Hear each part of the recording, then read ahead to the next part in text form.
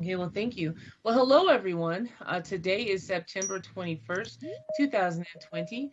I'd like to welcome everybody to a joint Flagstaff City Council County Board of Supervisors work session. Um, with this particular time, I'd like to call this meeting to order and just provide notice that the Flagstaff City Council, as well as the County Board of Supervisors, have the right to recess into executive session for legal advice should they so choose to do so. With that, Supervisor Archuleta, would you like to lead us in the Pledge of Allegiance? I'd be happy to. For all those who are able, please stand for the Pledge of Allegiance. I pledge allegiance to the flag of the United States of America and to the republic for which it stands, one nation, under God, indivisible, with liberty and justice for all. Okay, thank you. I'm going to go ahead and read the mission statement of the City of Flagstaff. The mission of the City of Flagstaff is to protect and enhance the quality of life for all. With that, can we please have roll call?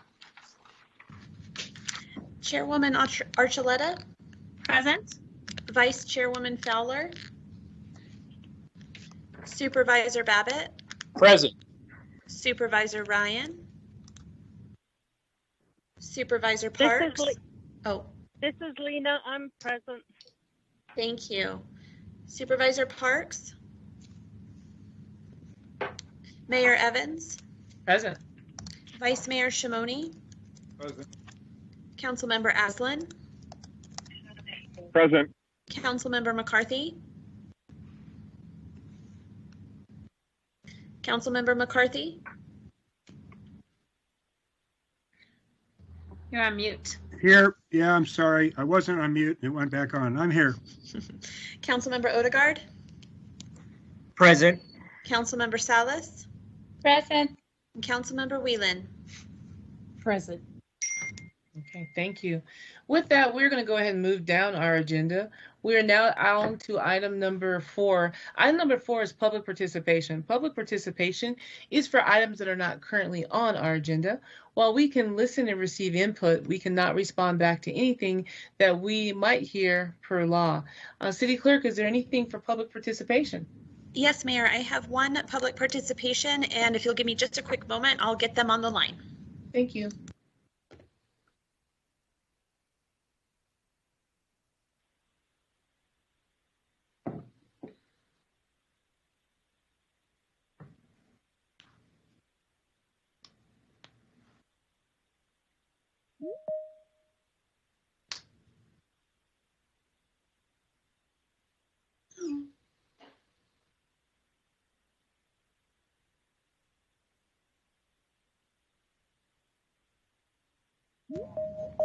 Okay, Mayor, I have Ken Lamb on the line, and he can start his 3 minutes now. Thank you. Go ahead, Ken.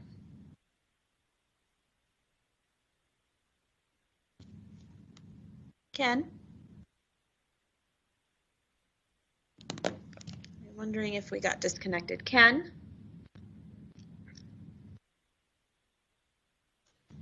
Ken? I'm still here. Yeah. Okay, you can go ahead and start your 3 minutes. Okay. You can go ahead and address the council and the Board of Supervisors. Mr. Lamb? Okay, Mayor, it looks like we're having some technical difficulties. I'll see if Mr. Lamb would like to speak at the latter part of our agenda. Thank you so much. I appreciate that, City Clerk. Thank you. Okay, so we will go ahead and continue to move on with our agenda. Is there anything else for public participation, City Clerk? Was that just it? One person? We'll go ahead and move down our agenda. We'll move down to item number 5. This is the November 3rd, 2020 general election update. I believe that Ms. Hanson is here to speak to us about that. Good afternoon, Mayor Evans, Chairwoman Archuleta, members of the council, and members of the Board of Supervisors and the public. I'm going to show you a short slideshow to go over the upcoming elections. So let me see if you can see my computer.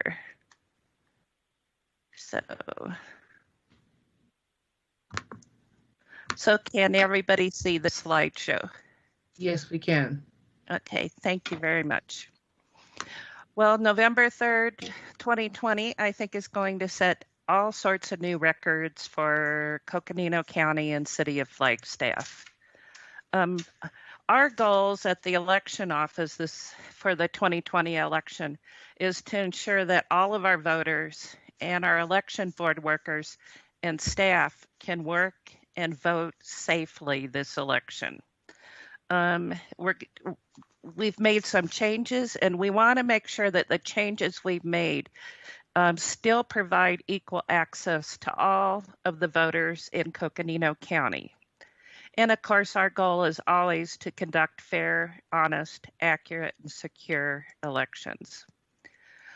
Just to give you some statistics about the primary, the voter turnout in the 2020 primary election, which was August 4th, we had a 39% turnout countywide, and in the city of Flagstaff, there was a 41% turnout.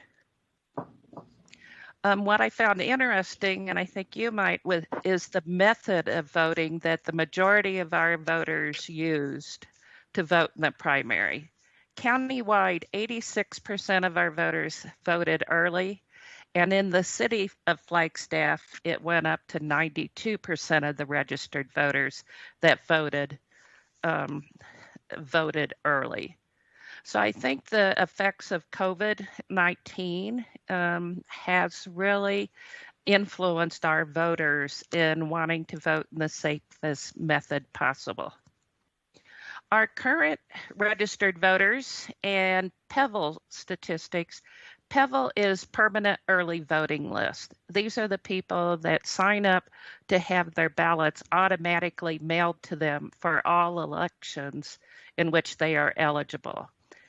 Countywide, we currently have, this is through the end of last week, 85,511 registered voters, and that is definitely a new record. In 2018, we had 83,239 registered voters. So registration is up. And in the city of Flagstaff, we have 39,510 registered voters, and 76% of those voters are on PEVL. Just to show you some past turnout for general elections, in 2018, we set a record in number of voters voting, but not necessarily percent of registered voters. As you can see in the county, it was 67%. City of Flagstaff had a 69% turnout. 2016, which would be comparable to our 2020 election because it's presidential election year, we had a 75% turnout in the county and 76% in Flagstaff. Now, in the city of Flagstaff, where it says NA, that's because it wasn't until after 2012 that the city started having electing the mayor and council members at the same elections as the state and county primary. In 2010, there was a special election with a ballot question, and that was a 62% turnout in the city of Flagstaff. So the city does a little bit better, it seems like, at turning out than countywide. And if you look at the voting method from 2010 to 2018 for general elections, countywide, you can see in 2010, only 43% of our voters decided to cast their ballot as an early ballot. And that has went up to 69% in 2018. So our voters every year seem to be voting, choosing to vote early instead of at polling places. Some important dates for the general election are coming right up. Monday, October 5th is the last day to register to vote. October 7th is when early voting begins, and that is the date that the ballots, everybody on Pebble and who have requested a single election early ballot will have their ballots taken to the post office. So you can either start voting early in person on October 7th, or your ballot's going to go in the mail to you. October 23rd is the last day to request an early ballot be mailed to a voter. So if somebody has not requested an early ballot yet, they can do so up until Friday, October 23rd. Now, after that date, early voting still continues, but you need to vote early in person at an early voting site. And Friday, October 30th is the last day to vote early in person. Now, we will have emergency early voting on that Saturday, October 31st and November 2nd. And it has been decided that being concerned about possibly contracting COVID is a reason, or it meets the requirement of an emergency to vote early those 2 days. And then the big day is November 3rd. Polls are open 6 a.m. to 7 p.m. We have really been pushing our office to encourage voters to vote from home. And I prefer the term vote from home instead of vote by mail. And the reason is the voter themselves get to decide how they want to return their voted early ballot. They can do it through the mail. The early ballot envelopes are postage paid, so they can drop it in the mail if they want to, or they can drop it off at any early voting location prior to Election Day.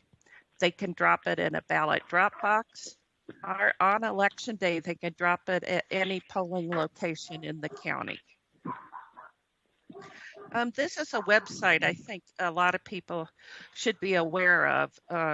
It's my.arizona.vote. It's connected to our state voter registration system. And I'm encouraging people to search for your voter registration before October 5th, because you want to make sure, everybody should make sure that their registration information is current. If they've moved since they last registered, early ballots cannot be forwarded. So you really want to make sure your address is correct on your voter registration. And if you have a mailing address that's different than your residence, you need to make sure you tell us that address. You'll be able to look up your polling place. You can request, the Secretary of State calls it ballot by mail, but that's an early ballot. And then verify your ballot by mail status, I think, is important for this year, in that it will tell you the date your early ballot went in the mail, and it will also then tell you if your early ballot has been accepted and will be counted. In-person early voting locations, we have some changes here in Flagstaff. You can vote early at the Flagstaff Mall. We have an election office set up there, and it's also connected with the county treasurer's office. So you can pay your taxes and you can vote. It's located right next to Dillard's department store, and it is open now till 7 p.m. and will be open some Saturdays. We also have a drive-up service window where people can just drive up and vote from their car. That's located at 2304 North 3rd Street. It's in Sunnyside. It's in the building where Housing Solutions is located.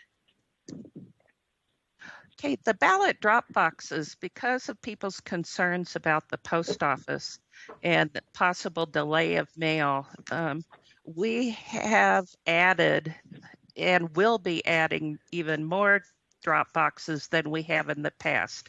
I think most of you are familiar with the 2 boxes we have had right next to our building at 110 East Cherry. It's in the parking lot. And then the County Health and Human Services building on King Street. We will have a ballot drop box inside our Flagstaff Mall office. If the office isn't open, voters can still drop it into the drop box there.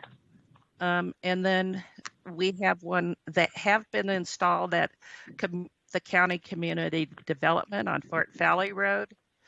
There's one just outside or in the parking lot of our drive-up service window. One was just installed at the downtown library. It's right next to where the book drop-off is to return your books. And then these in green are going to be installed hopefully this week. We've ordered several ballot drop boxes and they have not arrived yet, but they're saying they're arriving this week. So there will be one at Lake Mary Road at the fire station, one on NAU campus, the Highlands Fire Department down in Kachina Village, and at the High Country Humane, which is the old Second Chance out on Highway 89. This election, there seems to be a lot of misinformation about early voting. I want to assure you, early voting is very safe and very secure.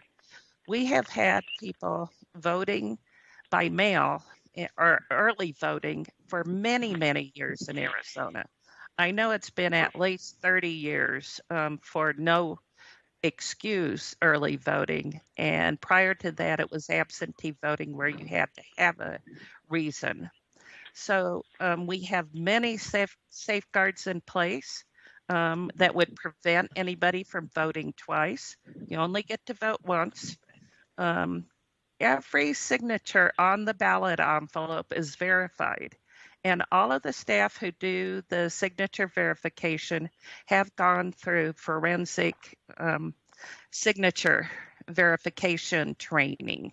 So we've been trained to look for things that may alert us that it may not have been signed by the voter.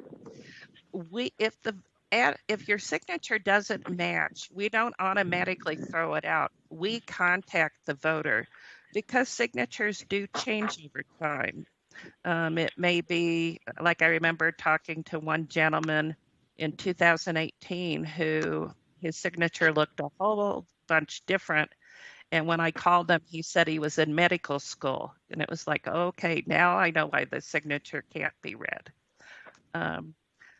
You can't photocopy ballots and have them counted in our tabulation equipment. We have special paper with coding on it.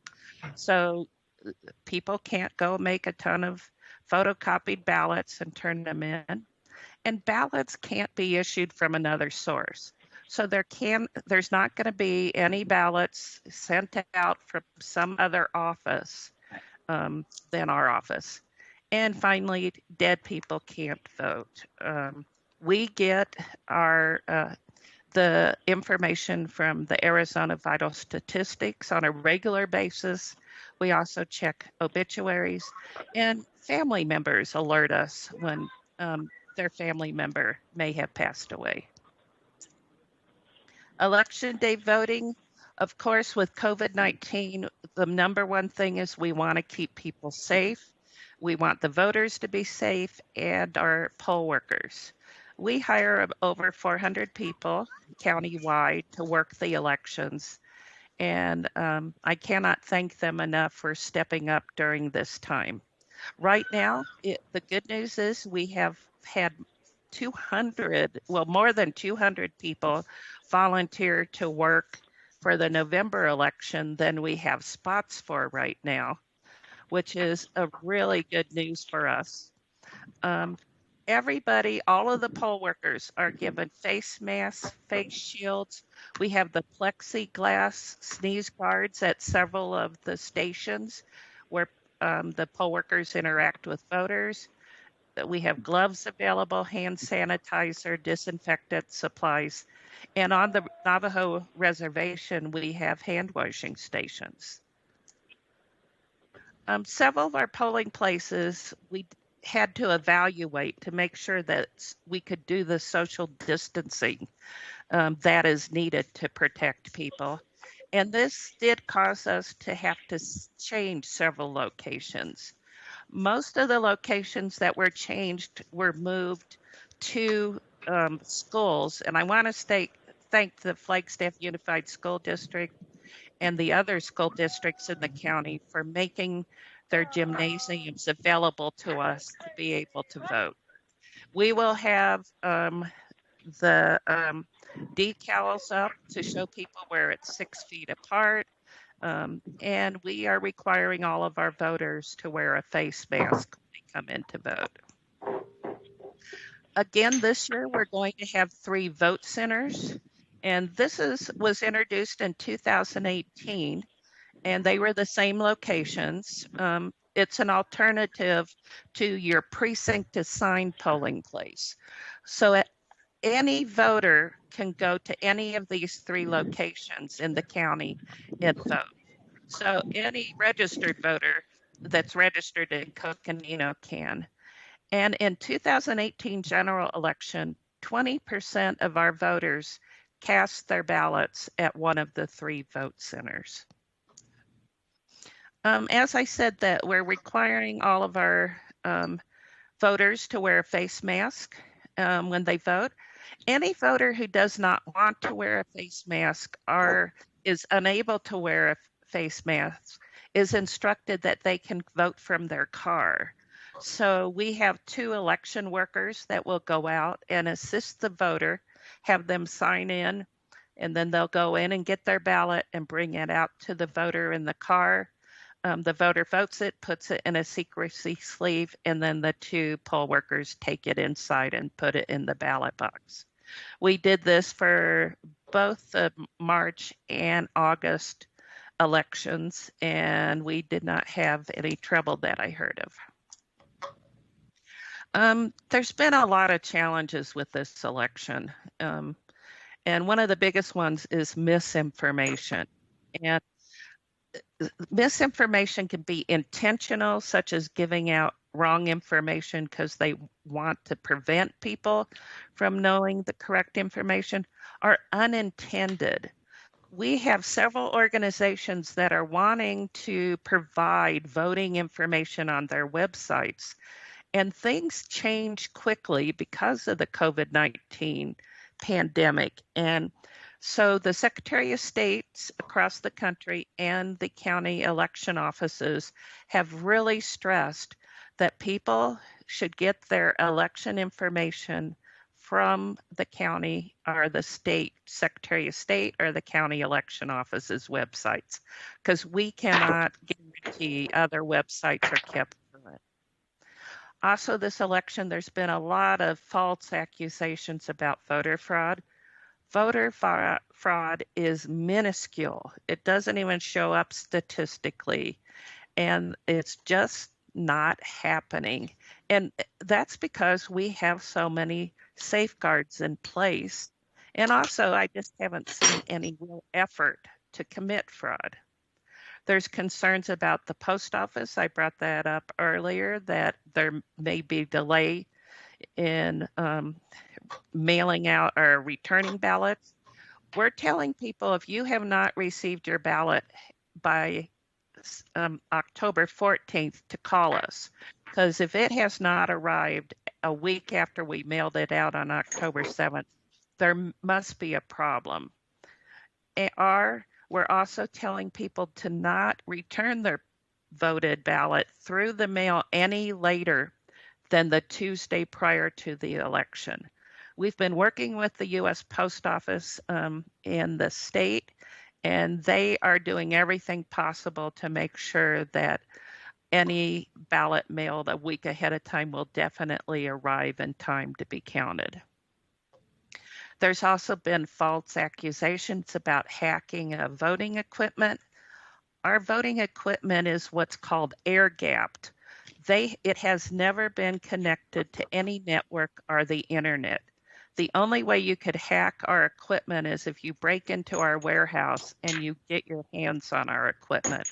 And we have many layers of security to prevent that, or to it would be quickly identified if anybody.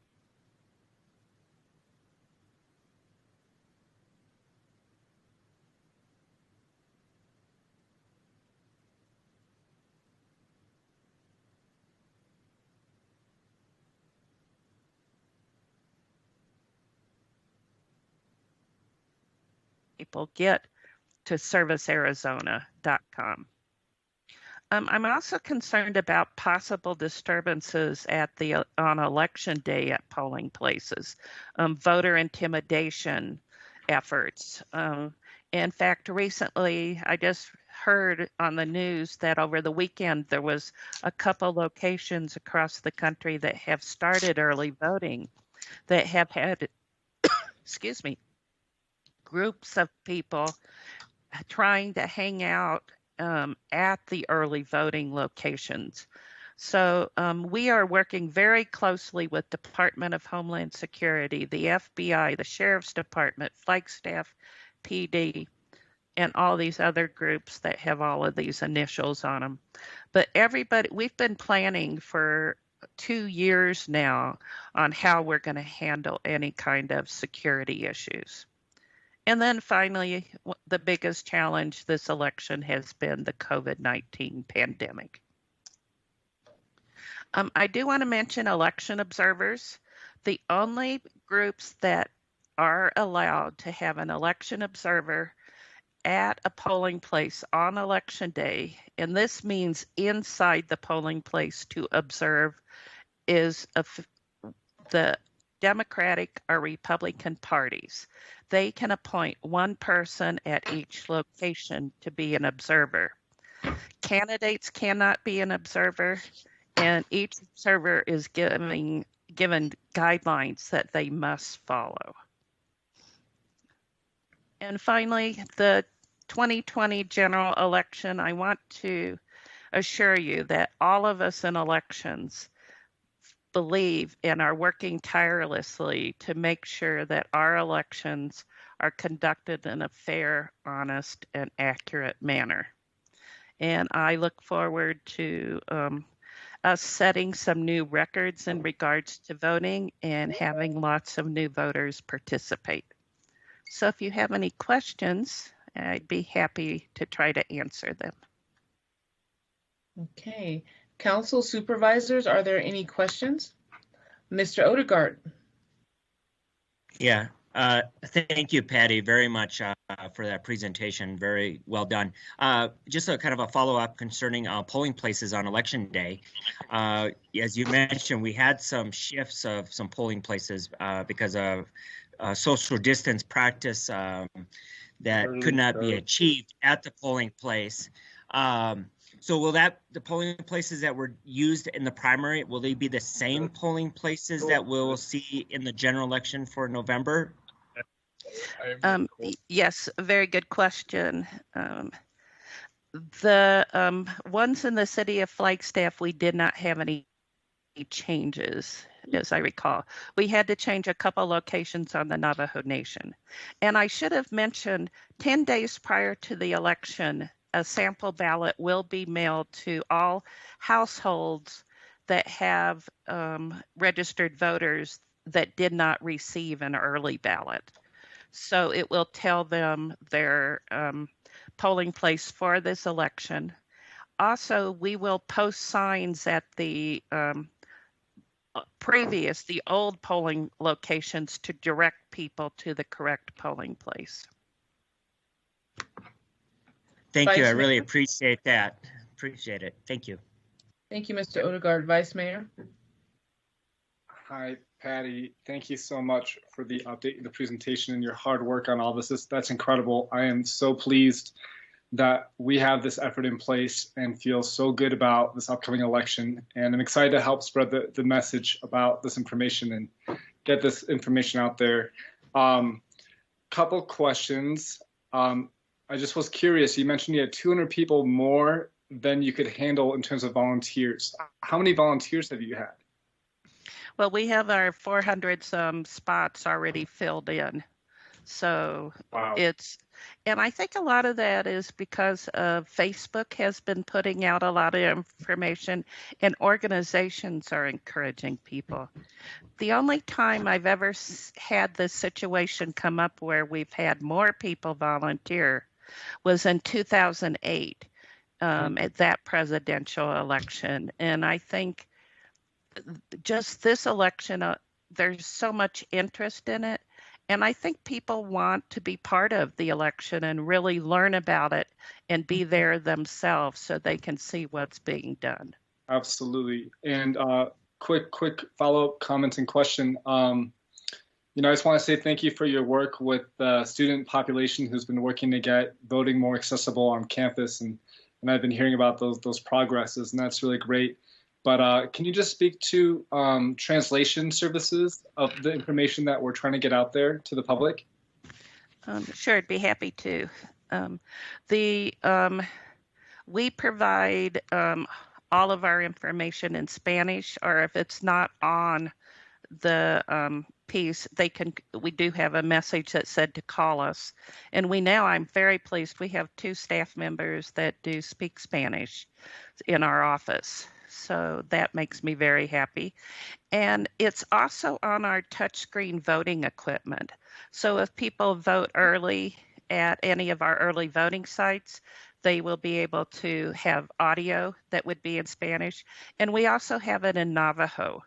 On the Navajo Nation, we have Navajo translators, the same thing in Supai Village and also on the Hopi Reservation.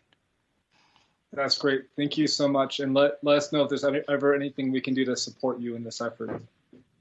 Thank you very much. So are there any other questions or comments for Ms. Hanson? Ms. Hanson, thank you very much for your very complete and thorough presentation. We appreciate the work that you do. Thank you. Well, with that, I'm going to turn it over to Chair Archuleta, who is going to lead us through the next 4 items. Thank you very much, Mayor. And first of all, on behalf of the Coconino County Board of Supervisors, thank you so much for this opportunity for us to meet as a joint city and county. And welcome to everyone. I just want to acknowledge that we have all of our 5 board members on the line, either by phone or via the video conferencing.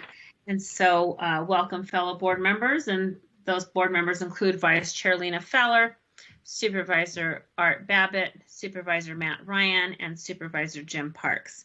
The next item on our agenda is a presentation on COVID-19. I'd like to introduce Deputy County Manager Dr. Marie Peoples, who is also the commander of the Emergency Operations Center and has been working on COVID-19 since January. And so in preparation of it, and then, of course, in the midst of it since late February, early March. Dr. Peoples? Thank you so much, Chair Archuleta, for the introduction. It is my pleasure to introduce Dr. John Mugin. He is going to share a COVID-19 presentation with us. And Dr. Mugin, as well as Northern Arizona Healthcare, have been great partners throughout the COVID-19 response. And Dr. Mugin serves as many things. I think his official title is Chief Quality Officer, but he may correct me on that. But thank you so much for being here with us. And I think you're muted, excuse me, Dr. Mugin. Am I off mute now? Yes. Yes. Okay. Yeah. And I don't know if Patty's still on, but I do have pretty terrible handwriting. Honestly, it wasn't that great in high school, but you're right, med school didn't make it any better. So is somebody going to bring up my slides or?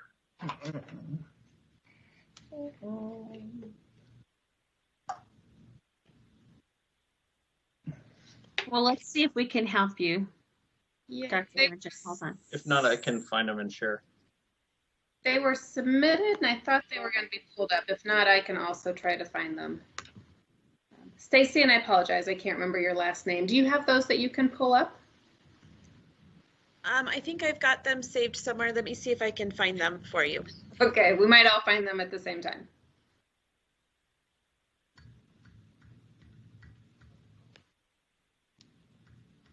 Great. Well, here they are.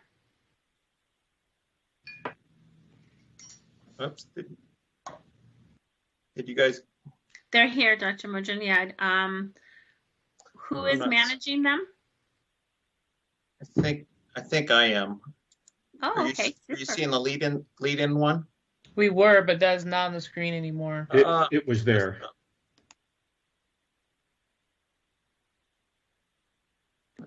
When you started talking, it kind of focused back on you, and now we see it. All right. So let's see if I can get through this. Thanks for your patience. Yeah. So my name is Dr. John Mujan. I'm Chief Quality Officer for Northern Arizona Healthcare, and wanted to take you through a bit about the COVID-19 experience for Northern Arizona Healthcare. So this is how we felt at the beginning. We felt scared, we felt uneasy, we were afraid, we were uncertain. And you can see this guy's probably not wearing appropriate PPE either. So I don't think his mask is properly fitting.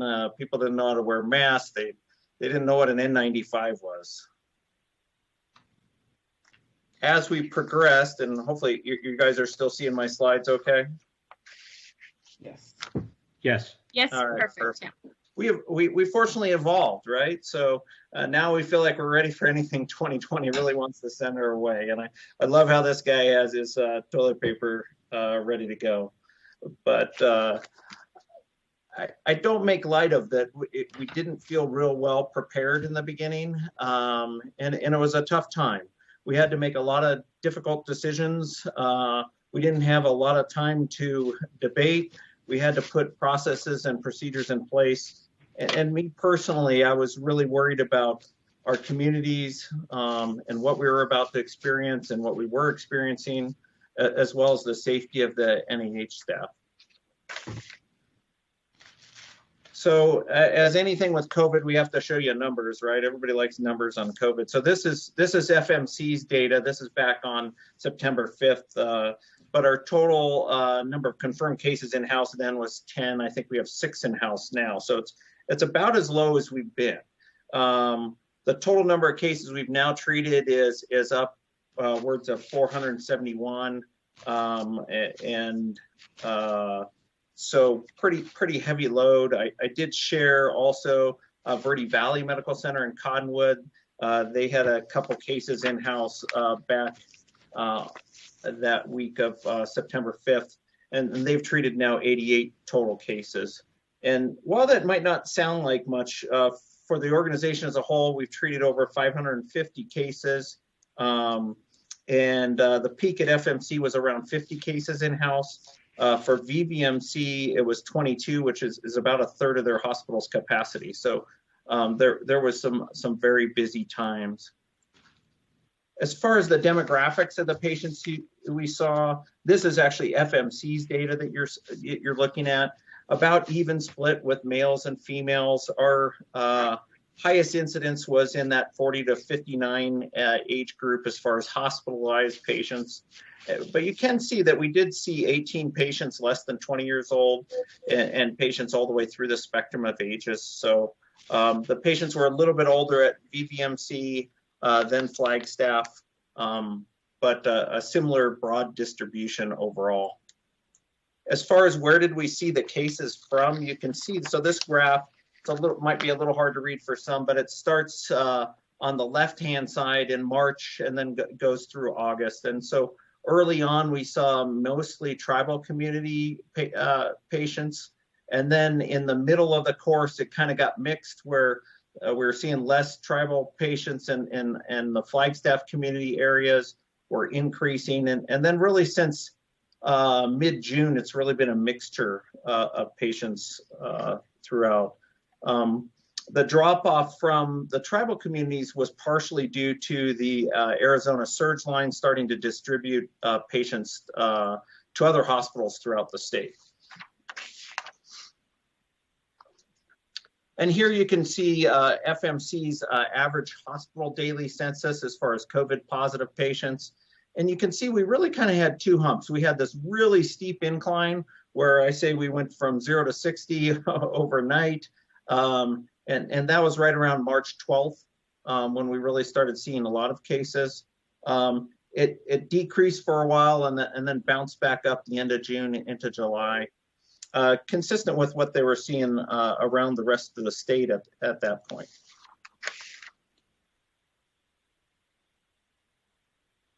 And then as far as our outcomes, it was a rough start. You know, we didn't know nearly as much about COVID-19 in the early days as we do now. And the bottom bar chart, the blue lines, and it's hard to read the percentages, but that's the percentage of patients that did not survive their hospitalization, and the gray area is those that were discharged. So, and then this shows, you know, whether you were on a ventilator or not, whether you're admitted to a medical surgical unit or the ICU initially. And at the beginning, it seemed like when people got on ventilators, we had a hard time getting them off. A lot of them did not survive. And our highest week, which was the week of April 5th, we saw almost 2/3 of our patients dying at that time, so 62%. Those were the roughest times. But since then, we've proven that not only can we get off the ventilator, patients off the ventilator and have them have a good outcome, but additionally, we can avoid getting them on the ventilator in the first place. One of the challenges early on was having enough PPE, and a lot of the care we delivered then, the care design was limited by the PPE. The number of people that could come into the rooms, the number of therapists and other clinicians in the room was limited because we were really and honestly worried about running out of personal protective equipment or PPE. So to summarize, what was it like? Well, it started off really with a big surge, and it was very sudden. We were kind of monitoring things. In fact, I remember Dr. Tarikas, our infection prevention doc, and myself having discussions in January when it was just starting to hit Italy, I believe.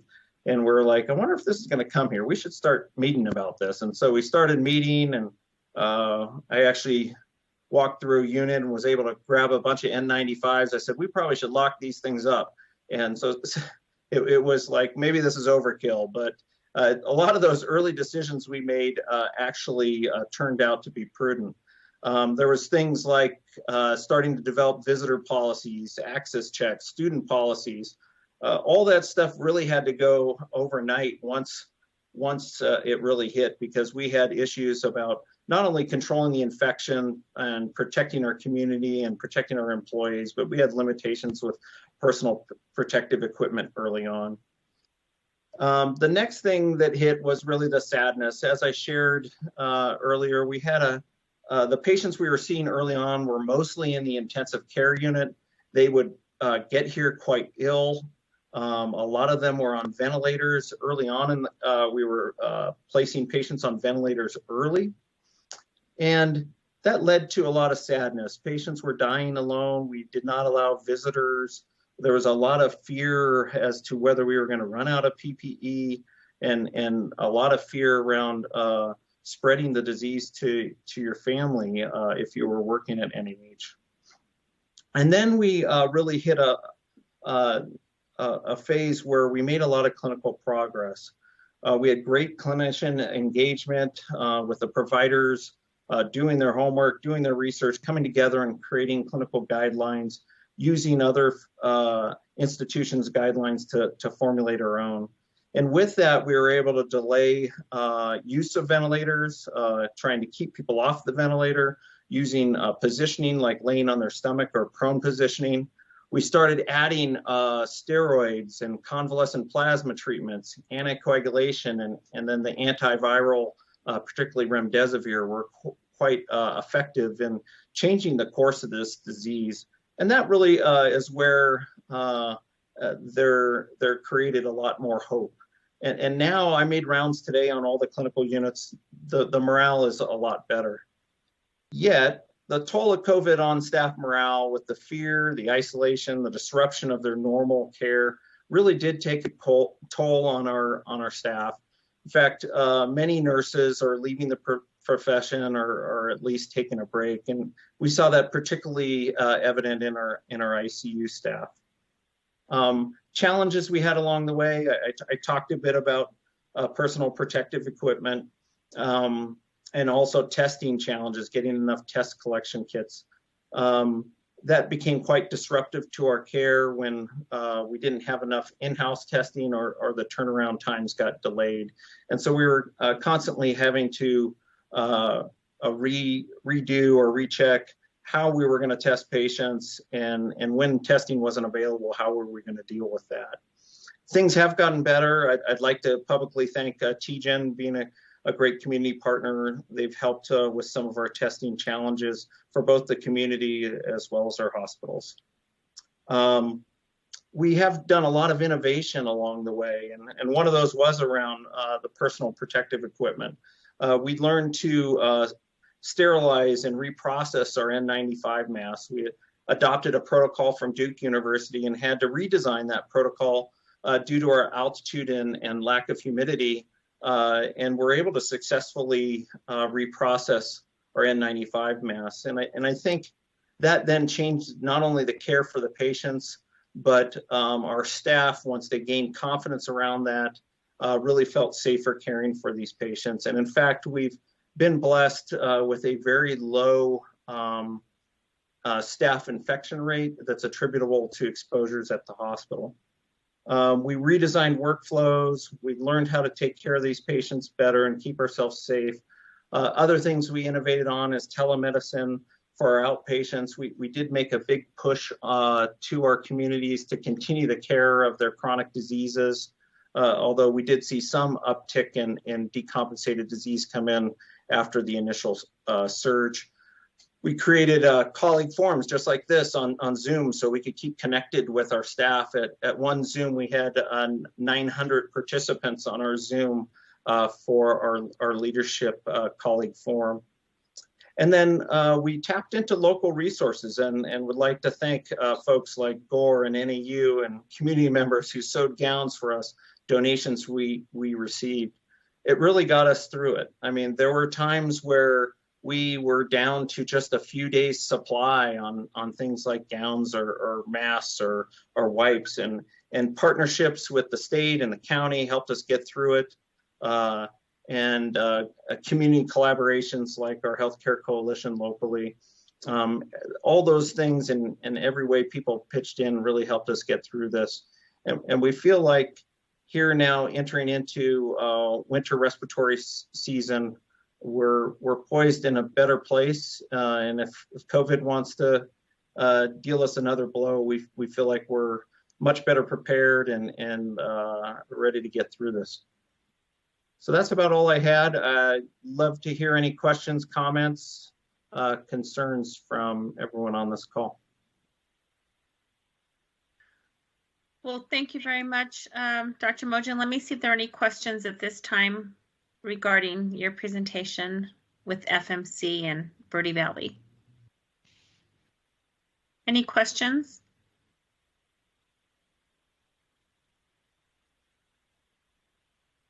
Okay, I don't think so. I think just to express our gratitude for the fine work that the hospital provided. I know that the challenges, as you mentioned, were many, and it's great to be able to look back and see that those challenges were met and that you're moving into an era, like all of us, of innovation. So congratulations on that, and our thanks to everyone at FMC and the Verde Valley area. Councilmember Shimoni, did you have something? Excuse me, real quick. I'm yes, sorry. Mayor. Yes, well, we have a protocol on how we get the questions. In the chat box, the council members will indicate when they are ready to speak or if they have a question or a comment. I do apologize. I did not put that up front. And so they are following that protocol. Ms. Whelan would be up first, followed by the vice mayor. Thank you, Mayor. Thank you, Dr. Mojan. Thank you, Chair Archuleta. I participated in many of your weekly briefings, and I was so grateful that you made that available to all of us, because it really helped in a fuller understanding. So we were hearing from you. We were also hearing from the county, to be able to network with your facility down in the valley, or Camp Verde, right? Was wonderful with all your professionals. So I hope you pass that on. Really greatly appreciate you and your entire agency and all staff. So thank you so much. Thank you for those kind words. I really appreciate it, and I will share with the whole leadership team and as well as my colleagues at our next colleague forum. Thank you.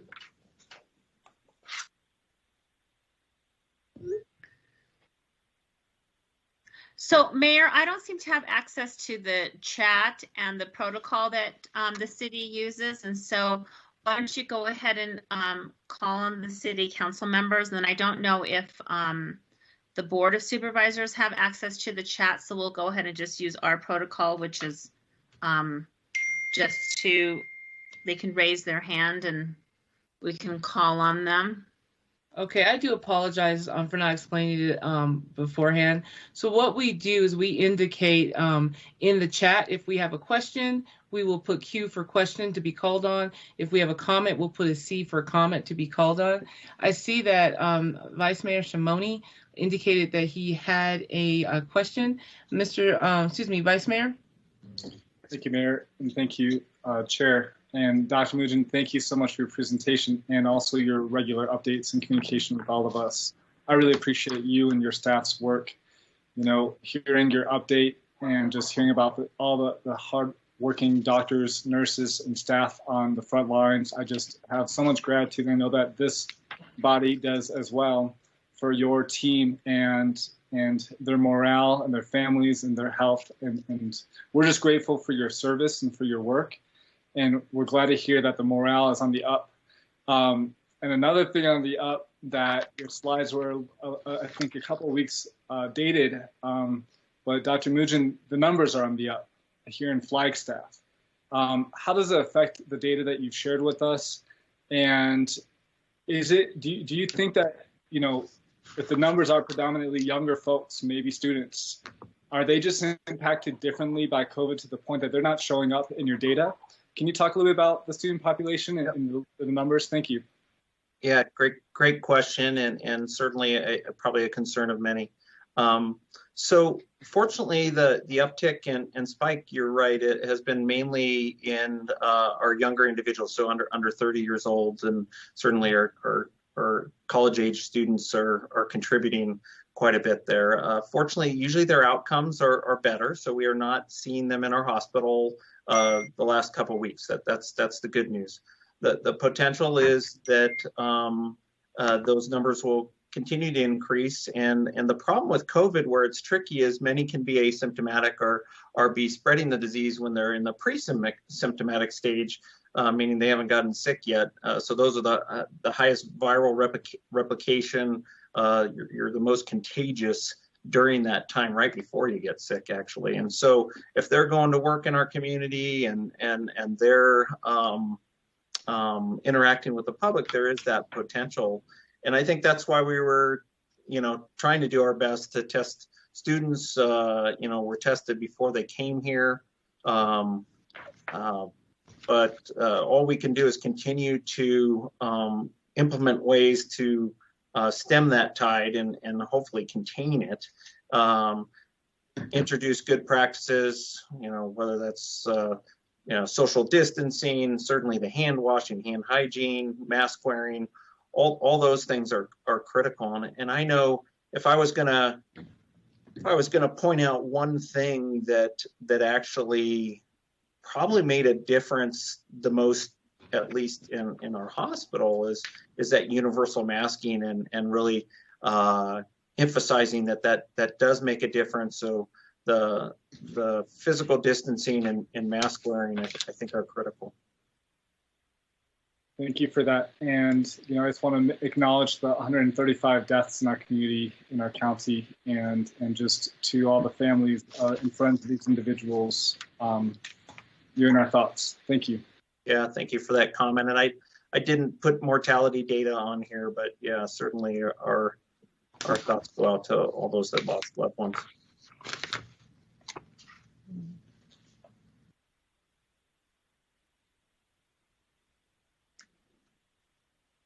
Okay, I do not believe there's anybody else that is listed to speak or that has a question. So we will thank you again, Dr. Mojo. And I'll send it back to Dr. Peoples. Great, thank you so much, Chair Chiletta. So I will move on with my COVID presentation. And before I do, thank you, Mayor Evans and members of City Council, members of the Board of Supervisors, City Manager Clifton, and County Manager Jane. It's a pleasure to be able to present with you this evening. We also have Interim Director, Health and Human Services Director Kim Musselman, who may chime in as well, depending on if there's questions asked. And then also Erica Shaw is with me this evening and will be presenting some of the school's information. So I am going to show my screen and share some slides. And I do want to share that I do have 2 updated slides that are not in your packet as we scrambled to get some real-time data that was hot off the presses for you. So I will be happy to answer any questions related to the slides. And give me just a second as I pull that up.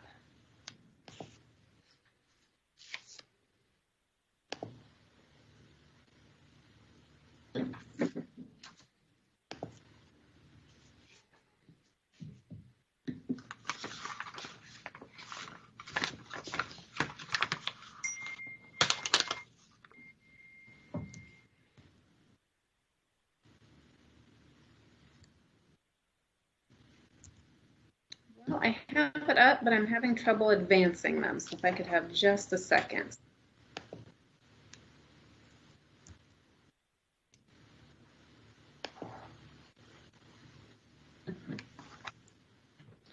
Okay. Could somebody share with me if you can indeed see the slide and that it did change? We can. Okay, thank you so much. Appreciate that. Yes, indeed.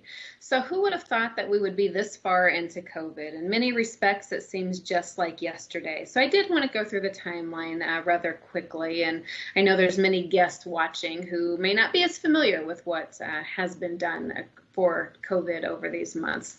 So on March 11th, the state of emergency was declared in Arizona.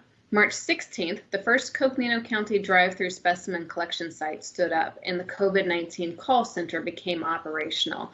And those 2 items just cannot be overemphasized. Again, the county was the first in the state to be in that space with drive-through specimen collection and a call center. And I still believe that is true in terms of health department and county responses. So again, very proud to be able to do that. March 18th, Coconino County state of emergency declared, and the first positive case of COVID was identified in Coconino County. On March 23rd, Coconino County shifted to reduced facility model, in-person services by appointment only, and county buildings were closed. Operations were consolidated to 2 locations. March 26th, the Board of Supervisors urges closing of Grand Canyon National Park and greatly advocated, along with other partners, for that to occur. And then I'm not going to read all of these, but I'm going to point out a couple of highlights, and I apologize I didn't go in date order. But I want to call out on this slide, March 19th, the County Isolation and Quarantine Hotel stood up and was the very first in the state, because that really speaks to who we are as a county, and in terms of how we care about believing for those that, caring for those in our community that may not have shelter. And so again, that was the first in the state, and we are still maintaining those operations. Sadly, on March 24th, we experienced the first COVID-19 related death in the county.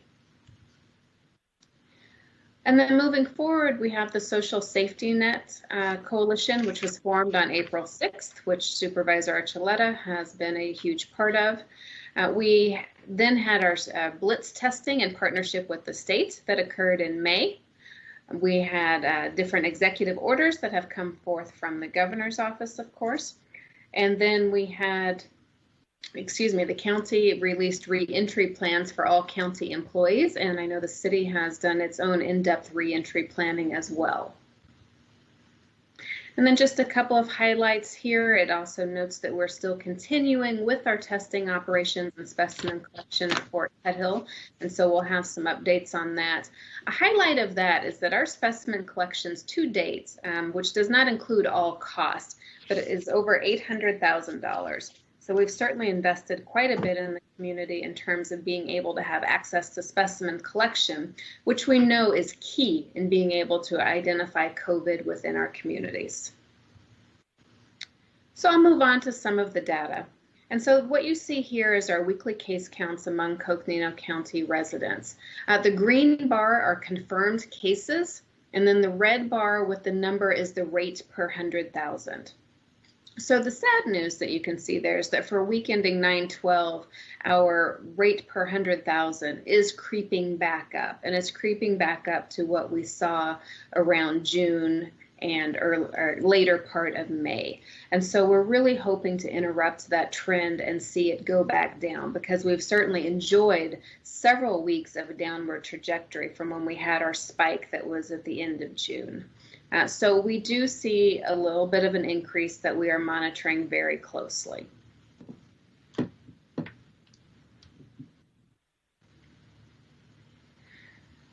So this is, I believe, one of the updated slides that may not be in your packet, but what we show here again is trend by community. And so the top blue bar is Flagstaff, and you can see that Flagstaff has had a considerable decline, and then we are seeing quite an uptick here. And so with the week ending of 9/12, we had 114 cases, which was an 84% increase over the previous week. And of those 114 cases, 108 of them were within Flagstaff. So again, very concerning, and we continue to monitor that. And so this is a new slide that's not in your packet. This is new data released today, which is, of course, is why it's not in your packet. So apologies, but we thought it was important enough for this meeting that we wanted to include this information. So we've had quite a bit of a change in the data reporting that I want to share with you. So ADHS has updated their case definitions to include antigen testing. And not to get way down in the weeds, but the way that that happens is that the Council of State and Territorial Epidemiologists, and this is a nationwide council, and it is comprised of all of the states. Each of the states have representatives, and they determine what the case definitions are, and then states have the ability to adopt into it. Our states did adopt into these new definitions, and ADHS, and for those of you not familiar with the acronym, I apologize, Arizona Department of Health Services did adopt the updated case definitions for COVID-19 that the Council of State and Territorial Epidemiologists recommended. And so that included rolling positive antigen tests, which were once defined as probable cases, into the positive cases. So that has created quite a bit of a change, and we've been sharing that information this morning with our partners briefing. We got a press release out last week as well, and we've communicated individually with many of our partners, and we've done a Facebook Live this morning, and we'll continue trying to share information because it's very important to us that the community understands the data. But the key takeaway here is that even while we have combined these cases together, we still have an increase in cases. It is not just, the increase that we're seeing is not just due to including the once probable test that we saw from antigens into the total case count. What we have seen, again, as I shared, is a large increase over the previous week. And as a matter of fact, our incident rate, which is really important, is now, we saw before the slide I showed you ending in 9/12, was at 80 per 100,000. And as of today, we are now at 123.6 per 100,000. So that is a very large increase. And then here's just a picture of our COVID-19 snapshot and that update. And so you'll see the 80.2, and that's again because it's not the updated information that I just shared in the previous slide. But all this to say is that we are concerned with increases, and the most important thing that any of us can do is wearing the mask or face covering and hand washing. Those two things just cannot be overstated. What you see here is a slide of community transmission. This slide, of course, is based on the Arizona Department of Health Services benchmarks. And so this is the community benchmark. We are currently in the moderate level, which means we have under 100,000 cases per 100,000, a rate of lower than 100 cases per 100,000, and our percent positivity is between 5 to 10%. So our goal, of course, is going to be to stay in this moderate range and then to work our way to the minimal range. With our increase in cases, it's unknown if that's going to continue to be the case. With that, I'll go ahead and pause and see if there are any questions before we move on to the next section, if that's okay, Mayor Evans and Chair Archuleta. Sure. Thank you so much, Dr. Peoples. And we have Council Member Aslan who has a question. Council Member? Thank you, Chair. Hi, Dr. Peoples. Thanks for being with us and giving us that presentation. I'm experiencing a substantial bit of confusion about how NAU students are being counted and where they're being counted. Can you please talk to us about where NAU students who test positive are counted at? Are they being counted here in Flagstaff, or where their permanent address is? Thank you. So any individual is counted based upon the zip code that they give. However, NAU is working with students to make sure that they are recording their NAU zip code, which if they're on campus, that's a specific zip code. However, many NAU students don't live on campus, and so their zip code is going to be whatever community outside of, just on campus zip code that they report. And so that is why it is a little bit confusing, because it could be any one of our Flagstaff proper zip codes and it could still be an NAU student. So I hope that helps somewhat. But they are being encouraged to use their local zip code rather than a home address, perhaps for parents or wherever they make their permanent residence. We're asking them to use. Are they able to use their home address if that's with their parents in Phoenix or elsewhere? So they are. Anybody is able to use, an address when they're registering for testing or when they're filling out the forms. That's where the case investigation that the disease investigators do a really good job at. If for instance, if I'm investigating a case and I've got an out-of-state address or some different address, but it's landed here, then they're going to work with that student and they're going to say, okay, but where are you spending your time? Where are you laying your head? Where are you at right now? And then we will update that zip code information, which is also why we see a shift in cases from week to week that has also caused a little bit of confusion. As we're doing the investigations, we go back and we correct what we did in the correct journey.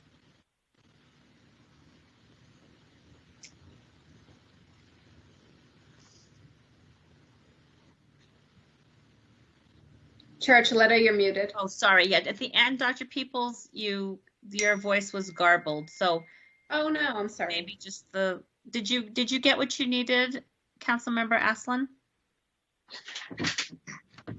Yeah, you were able to answer the questions for me. Thank you.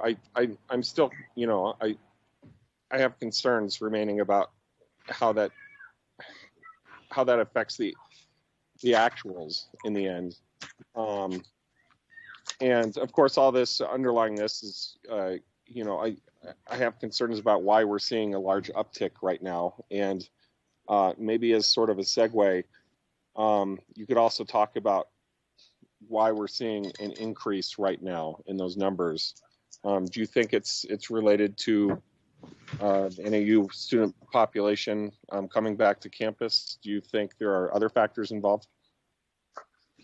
So thank you for the question, and I'm sorry that part of my question went out, and so I won't repeat it all, but I will just say the disease investigation, I'm not sure if you caught that, that is where the investigators really work to learn where the positive individual is living, and then we update the zip code information if necessary so it can be accurately reflected.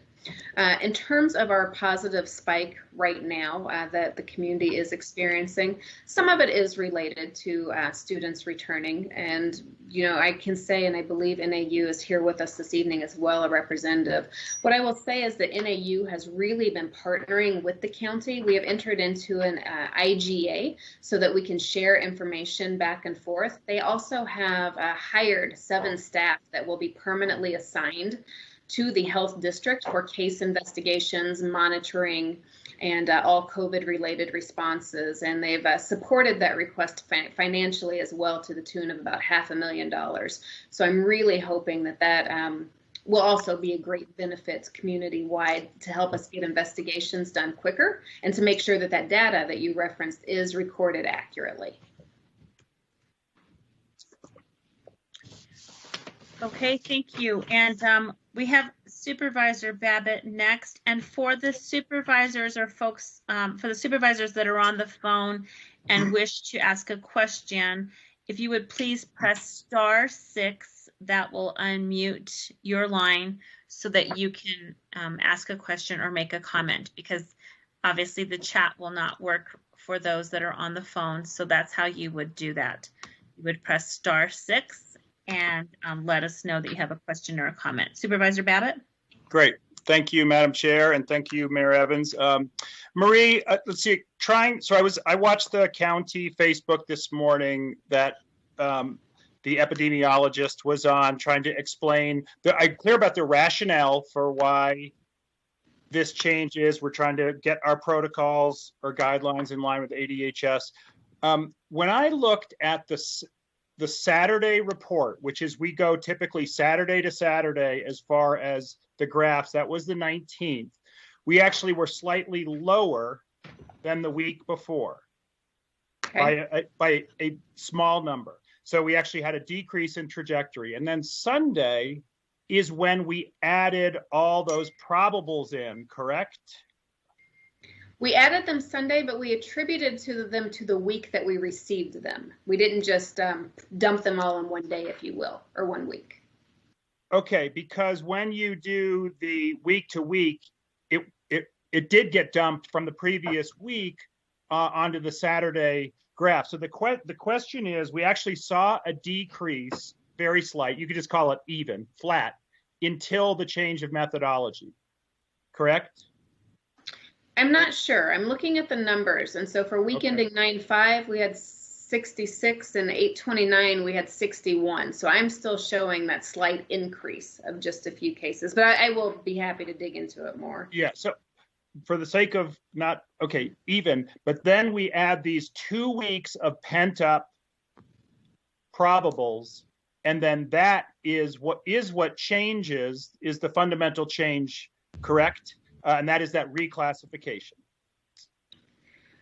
So I want to say correct. I want to make sure that I'm understanding. And actually, I think Kim is wanting to chime in as well. We want to make sure we get it right, because this has been really hard to understand. So Kim, did you want to add? Sure. Thank you, Supervisor Babbitt and Mayor Evans. If I'm understanding your question correctly, Supervisor Babbitt, when the numbers were, the antigen tests were added in yesterday, they were attributed to each of those days. So it wasn't just that they all dumped on the Saturday date. The chart that I think you guys are referring to, that is the full week. So that bumped up that full week of total positives. Right. That's exactly what I'm saying. It had been going down until you changed the methodology. And I'm not saying you changed it. You aligned the methodology. There was that, and I'm talking countywide. It had gone down. The bar graph was going down, and then it recalibrated. So the question that I have, I just wanted to make sure, I was seeing that correctly. The question I have is, what are the implications for this new methodology on how the schools deal with their criteria for opening, and then how athletics is to deal with their criteria?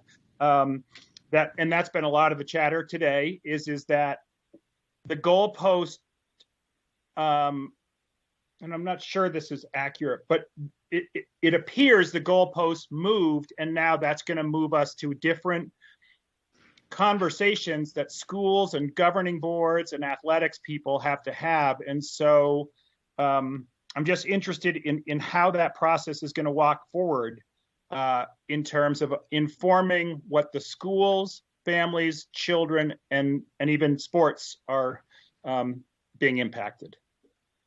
So thank you. Kim, you can certainly chime in, but I'll take an initial crack at that.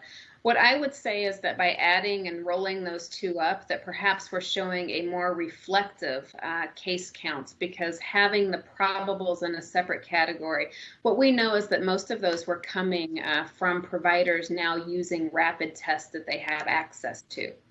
And so there's been a lot of, conversation and controversy around the rapid test, but for better or worse, whichever the case may be, they are being used by providers in increased rates. And so us not including them may have been projecting a picture that was not completely true. So by having it all together, it may indeed be a better indicator for our community. In terms of the schools' decisions, that is a great question, and we have been working really in close tandem with our schools, and so I'm proud to do that, but trying to help give them the data that they need to make informed decisions. I know there's a school board meeting tomorrow, at least for FUSD, where we will be participating and available to answer questions. So the best we can be is a resource, and we're really trying to do that. Athletics bring about a really interesting shift in how things are done. I can share that the schools that are participating in athletics, they are presenting their plans, especially for spectators. And so we are reviewing their spectator plans and providing technical guidance on those as well. And so, Kim, I don't know if there's something else that you would want to add. No, Marie, I don't have anything to add unless Supervisor Babbitt had an additional question. No, thank you for doing your best to, build the box around of these questions, because there's a lot of conversation, and thank you very much. Thank you. The next question is from Vice Mayor Shimoni. Hey, Dr. Peebles, thank you so much for the presentation. And going through that timeline, I've really appreciated all the hard work the county has done in the communication. And to quote my friend County Manager Jimmy Jane, partnership works, and it's good to be in partnership with you all. Is there room for growth? Of course there is. Are there at times issues that we need to work out? Of course, but I appreciate the ongoing dialogue and the communication and the partnership that we have very, very much. And your efforts right here in Flagstaff in our community have been tremendous, and being, leading the way on a number of topics has been really good for our community. So really quick, Dr. Peebles, I think you might have misspoken on one of your slides. You said we're in the moderate phase, and I believe we're in the significant phase, unless I misheard you. So I did say we're in moderate. We have not officially moved to a significant or substantial phase as of yet. So we could possibly be there with the 123 rate per 100,000. However, we don't want to say that yet because we don't have all of the ELR, the electronic lab reporting data in, so for us to get our positivity rate, which is really the important part of having the data lag. I know it's frustrating not to just have it every single day, but we're getting data reported from all the private laboratories and even from the testing that we're doing in partnership with ASU. And then of course, NAU has a large ASU saliva testing site. And unfortunately, the data, we may get the positives reported in a quick time frame, but we also have to rely on the investigations and cleaning up all the zip code data. So we could move forward if you were just looking at the 123, but we are not yet there. Because to be there, my understanding is that you cross that 100 threshold, which we've crossed by 23 individuals, correct?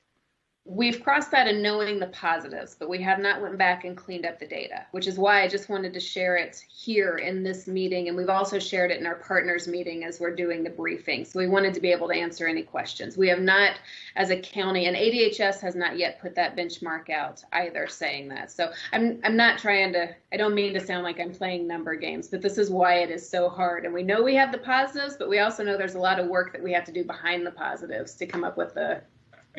I guess my only follow-up is, do you know when we'll know for sure? Yes. We will have another report out. I don't want to tell you the wrong date, looking at all of these. I believe Friday. Okay, I was going to say Saturday, so you're a day ahead of me. Friday. Okay, so okay, but I think it's safe, for the county and the city to assume we're heading in that direction. I think it's time we prepare and get ready for it, because it's very likely here. And Dr. Peoples, so with the new antigen counts, I'm guessing that's basically the saliva testing that we're doing in partnership with ASU. Am I correct? No, so the saliva testing is the traditional PCR, which is, again, the gold standard of testing. The antigen is a type of a rapid test which detects the presence of COVID right now in the body. It's not like the antibody tests that tell you if you've previously had it. It's right now, here and now, do you have it?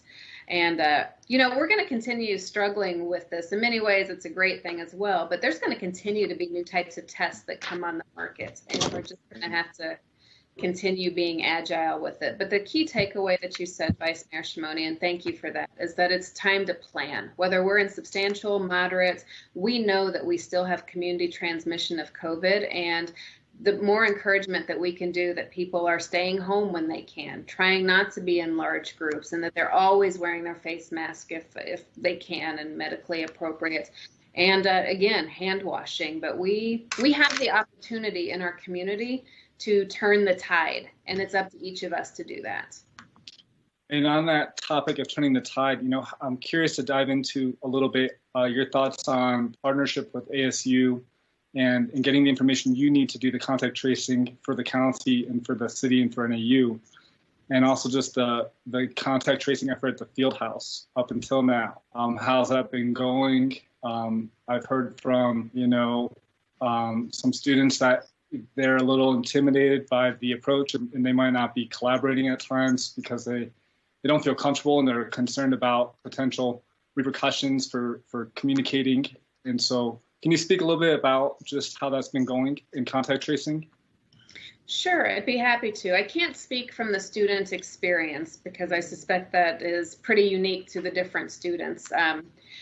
But I know that NAU has pretty aggressively laid forth a testing plan, a randomized testing plan where, and I don't know if using the word required is too strong, but they are making an effort where staff, students are being tested.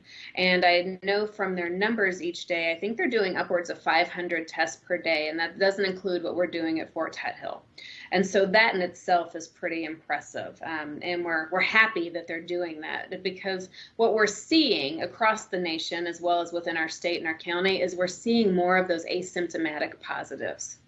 And so it's really important that they're testing the students who may look and feel healthy and think that they're just fine. So getting them in doing the testing is great. In terms of the contact tracing, I will acknowledge it got off to a bit of a rocky start, and that has nothing to do with NAU. It has to do with simply the fact of adding new populations and not having data agreements in place.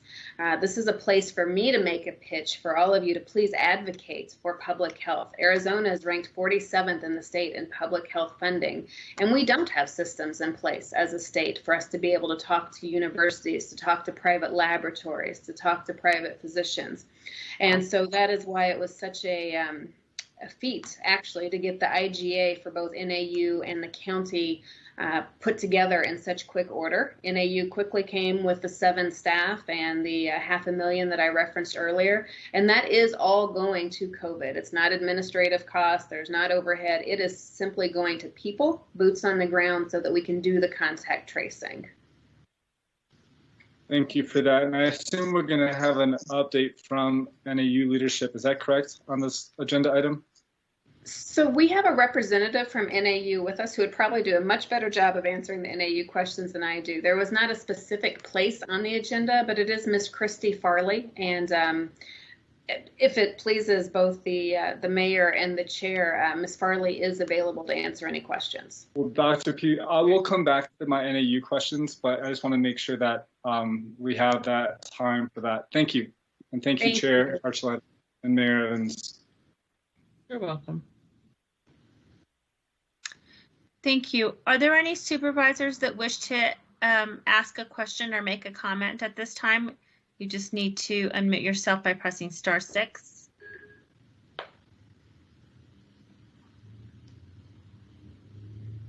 Okay, hearing none. I don't see any other questions or requests to make a comment at this time in the chat. And so thank you for that. Okay, Dr. Peoples, anything else? So at this time, and I know the schedule is tight, Erica Shaw was going to present some of the school's communications and the partnerships that we've done. So we'll go ahead and have Erica present. Ms. Shaw? Thank you very much, Dr. Peoples, and I will hopefully share my screen now.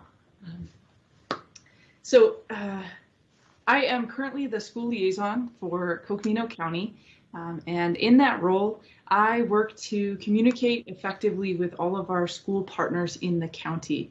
That includes fielding questions from those partners, sharing information as soon as it becomes available, from the CDC, from the Arizona Department of Health Services, the Arizona Department of Education, as well as from the Arizona Interscholastic Association. So in that role, part of the groups of school partners that I work with are our higher education institutions, as well as our public and charter schools, as well as private schools throughout the region.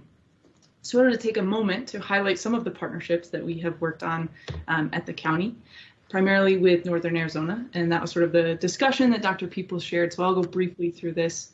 We have partnered with NAU for our disease investigation and contact tracing partnership, our surge testing operations that operated August 1st through September 4th for a total of 3,016 total specimen collected.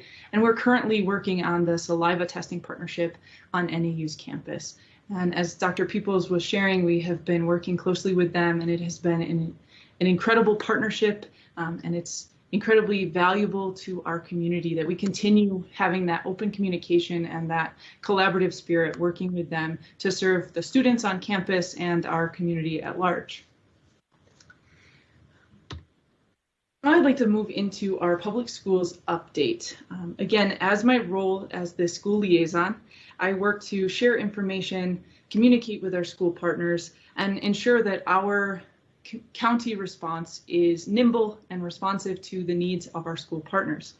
So as many of you are likely aware, the Arizona Department of Health Services released the Safely Returning to In-Person Instruction plan a few months ago. And that plan outlined the benchmarks that were suggested for our school partners to use in developing plans and engaging what model of educational delivery they'll be using. Those benchmarks are in alignment with the screen that you saw previously from Dr. Peoples that are based on case rate per 100,000 for the region, percent positivity for the region, and COVID-like illness for the region. Those benchmarks outline, again, what educational delivery model is acceptable based on the level of community spread, be it substantial, moderate, or minimal.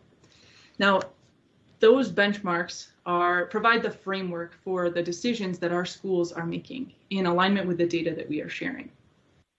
In response to those benchmarks that were developed by ADHS and the Department of Education, both the Arizona Department of Health Services and Coconino County have moved forward sharing our data for our schools in alignment with those benchmarks so that our school partners can make the most informed decisions regarding their operations.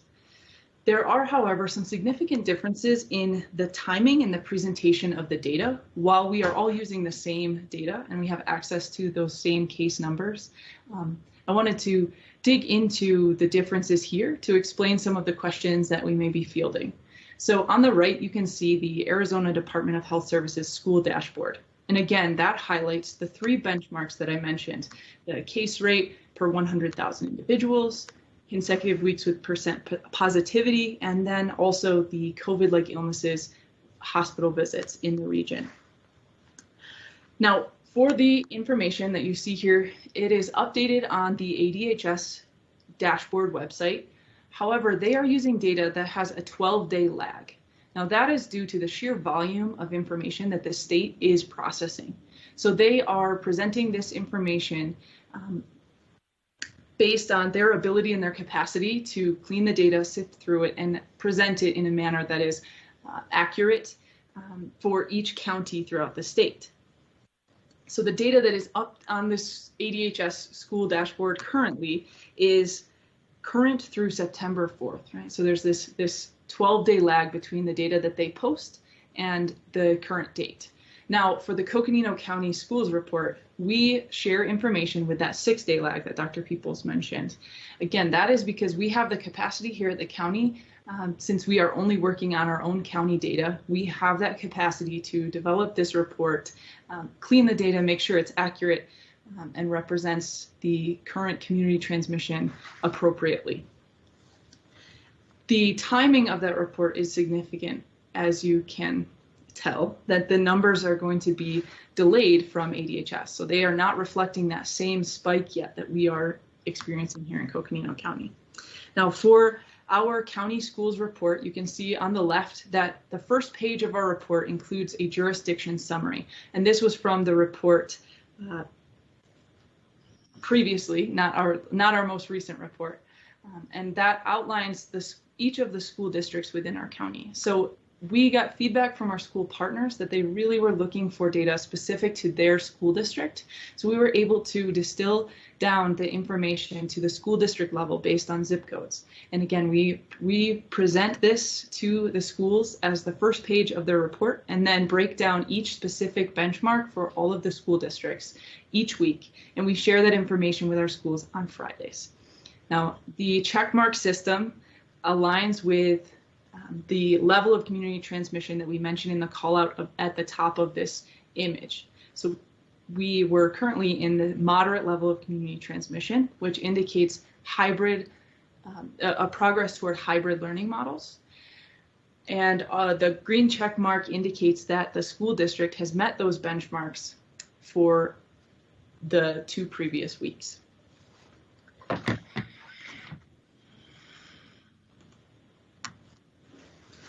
So I'd like to move forward. If there aren't any questions about that right now, I want to dig into a little bit further the communication that we have set up with our schools, because as we all know, the current information that's available for COVID-19 is changing rapidly. We have updated guidance and executive orders that are coming out frequently. And so we have strived to create a communication system that allows for that nimble response that we're searching for to help support our schools as they work to process the information that we're sharing with them and make sure that the reports that we share meet their needs as they make the decisions regarding their delivery models moving forward for the rest of the year. So we have a school guidance dashboard on our Coconino County website. When you go to the Coconino County COVID website, at the top of the page, you'll see an image for school guidance, as well as guidance for other business partners. And so that is our repository for all of the information that comes out that we receive and we share with our school partners. We are constantly updating that website so it is easily accessible. We have information about the masks that are available to order through the Arizona Department of Health, updated guidance from the CDC. And so that, again, is the main hub of where we store our information, along with sharing that out to our partners. We also, on that same page, post our weekly schools report, which again outlines each of the benchmarks and the school district level where they fall in those benchmarks and what corresponding level of community transmission they are experiencing. Additionally, we have been meeting biweekly with the schools in our county, and that is a forum for us to engage again with school leadership, to hear from them what their concerns are, to share updates that we are experiencing with our data, to ensure that they are current in their knowledge of the context of COVID in our community, any changes in the data trends we're seeing, and for schools to share their best practices as they are implementing each of their reentry plans. An additional forum that we participate in is a weekly ADHS school reopening task force meeting that occurs on Friday each week. And myself and our Chief Health Officer, Mike Oxtoby, attend those meetings. And that is a direct line for us to both the Arizona Department of Education and the Department of Health Services, where we, along with all of the other local health department representatives throughout the state, share our experiences in our county, present questions that we've received from our school partners, and talk through, again, best practices that different counties are experiencing to help support schools as they make these decisions and move forward with the different educational delivery models. We additionally have the opportunity for all of our partners to submit reentry plans for technical review. So on our school guidance dashboard and on our homepage for the COVID information on the county, we have a link for our partners to submit their reentry plans that really begins a dialogue with our technical experts here in the Health and Human Services so that they can review the specific plans in the context of the different school or business partner and provide additional guidance, share that technical review so that we can have that conversation started to really dig into the details of their reentry plan and provide mitigation strategies that may be supportive to the school as they look at the different educational delivery models. And lastly, we have our school liaison position as well as a school disease investigator team that we have developed to respond to the needs of our schools. So as schools develop their reentry plan, we know that they cannot possibly anticipate every situation that may arise. So for us to respond to those situations and provide a support to schools as they encounter them, we have offered and developed a communication sort of workflow for them to reach out to this team of school experts, if you will. And this team of school disease investigators are 6 of our disease investigators who have been tasked with staying up to date and current with all of the most recent guidelines and information and best practices, mitigation strategies for schools specifically, to be able to respond to schools as unprecedented questions and situations arise within that school team. And so we have contact information that we share with our schools so that they can be directed directly to us so that we can respond to them real time as situations arise. In the vein of communication, we have also developed a secure online reporting hub for our school partners. Now, traditionally, we have our disease investigation workflow where schools have a form that they fill out and fax to us. But again, as we know, the situation is constantly evolving with COVID-19. So we wanted to create more easily accessible and rapid means of communicating confirmed or suspected COVID cases from our schools to our CCHHS staff. So on our website, our HHS website, we have the case reporting link that allows for our schools and our partners to fill out the reporting form you'll see down there on the screen with all of the relevant information that our disease investigator team need to follow up on the confirmed or suspected case. And this is in alignment with the executive order from Governor Ducey mandating that schools report an outbreak within 24 hours to the local health department. In addition to the reporting procedures that we've implemented, we have also developed additional resources to support our schools. So you're looking at a reporting flowchart that our disease investigator team worked to put together to help support schools so they are made aware of the overall framework of the reporting process, including the preparation, immediate actions upon notification of a confirmed or possible case. There's a link again to our live secure online reporting system, and an overview of the specific actions for cases when they arise and continued actions moving forward. So this is made available to all of our school partners so that their staff can have that readily at hand as they continue delivering education in the varied modalities. We've also put together additional resources for childcare facilities, schools, and shelters, including a letter to our schools with robust information from Interim Director Kim Musselman, a school exposure notification template for our schools to use when there is a potential exposure in their school, as well as isolation and quarantine recommendations.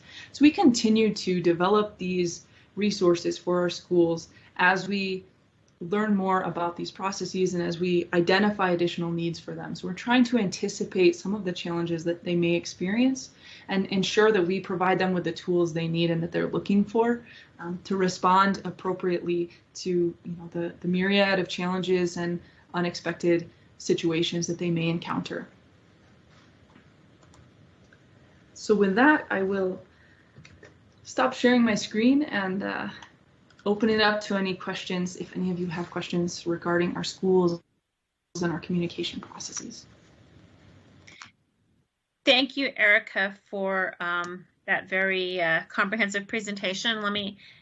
I don't see any right now in the chat, but let's see, give me just a moment to see if anybody wishes to ask a question.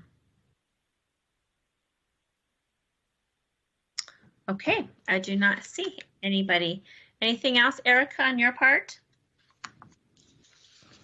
That is all I have. Thank you very much for the opportunity to share today. All right, well, thank you for your work. And I'd also at this time like to invite Ms. Christy Farley, who is the Vice President of External Affairs and Partnerships at Northern Arizona University, to come on the line. I know that Vice Mayor Shimoni had a question, and so I think this would be the best time since that was the last piece of information that we had on the COVID-19 update. And so, Vice President Farley, are you on the line? Thank you, Chairwoman Archuleta. I am available for questions and happy to talk about NAU's strategies. If I could just do a brief introduction. Oh, please, go ahead. Thank you and welcome. Thank you so much, and members of the Council and Board of Supervisors and staff. As Dr. Peoples mentioned, Northern Arizona University and the county have partnered in so many ways over the summer to increase testing available not only to the Northern Arizona community of the university community, but throughout the county. We have increased testing availability through adding the walk-in site clinic in addition to the drive-through clinic out at Fort Tuthill. The walk-in clinic is available at our field house. We have added testing for the community through that site, and we've moved from the federal surge testing, which is available now, to offer the saliva-based test. So we literally took 2 days off to turn that site over. What I would add is that the federal surge testing was done on a completely voluntary basis for our NAU community. And as we moved into the saliva-based testing, what we added was called a mitigation or sentinel testing component, which is that every week we send out to a randomized group of individuals a request that they come in and test during the next upcoming week. And they can pre-register for tests through the ASU Biodesign portal, just as the public does. This testing is free. And as Dr. Peoples indicated, we are now testing over 500 people per day at the Fieldhouse site alone. So we moved to 2,000 individuals last week from our NAU community who are part of that mitigation sentinel testing, required testing. That is from our employees and our students, and it is heavily weighted on our student employees. Dr. Mujan talked about the pre-symptomatic and the asymptomatic individuals.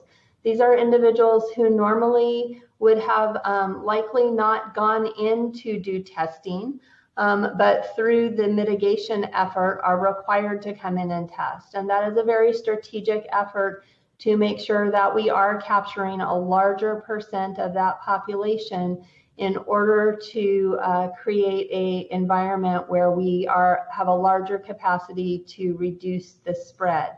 We then don't just sit on those tests. As Dr. People mentioned, we have invested in this team of individuals, and we have isolation space on campus, and we have moved to increase the quarantine space so that individuals who have close contact will or are awaiting test results will have quarantine space on campus. The isolation time and the quarantine time are designated by the CDC.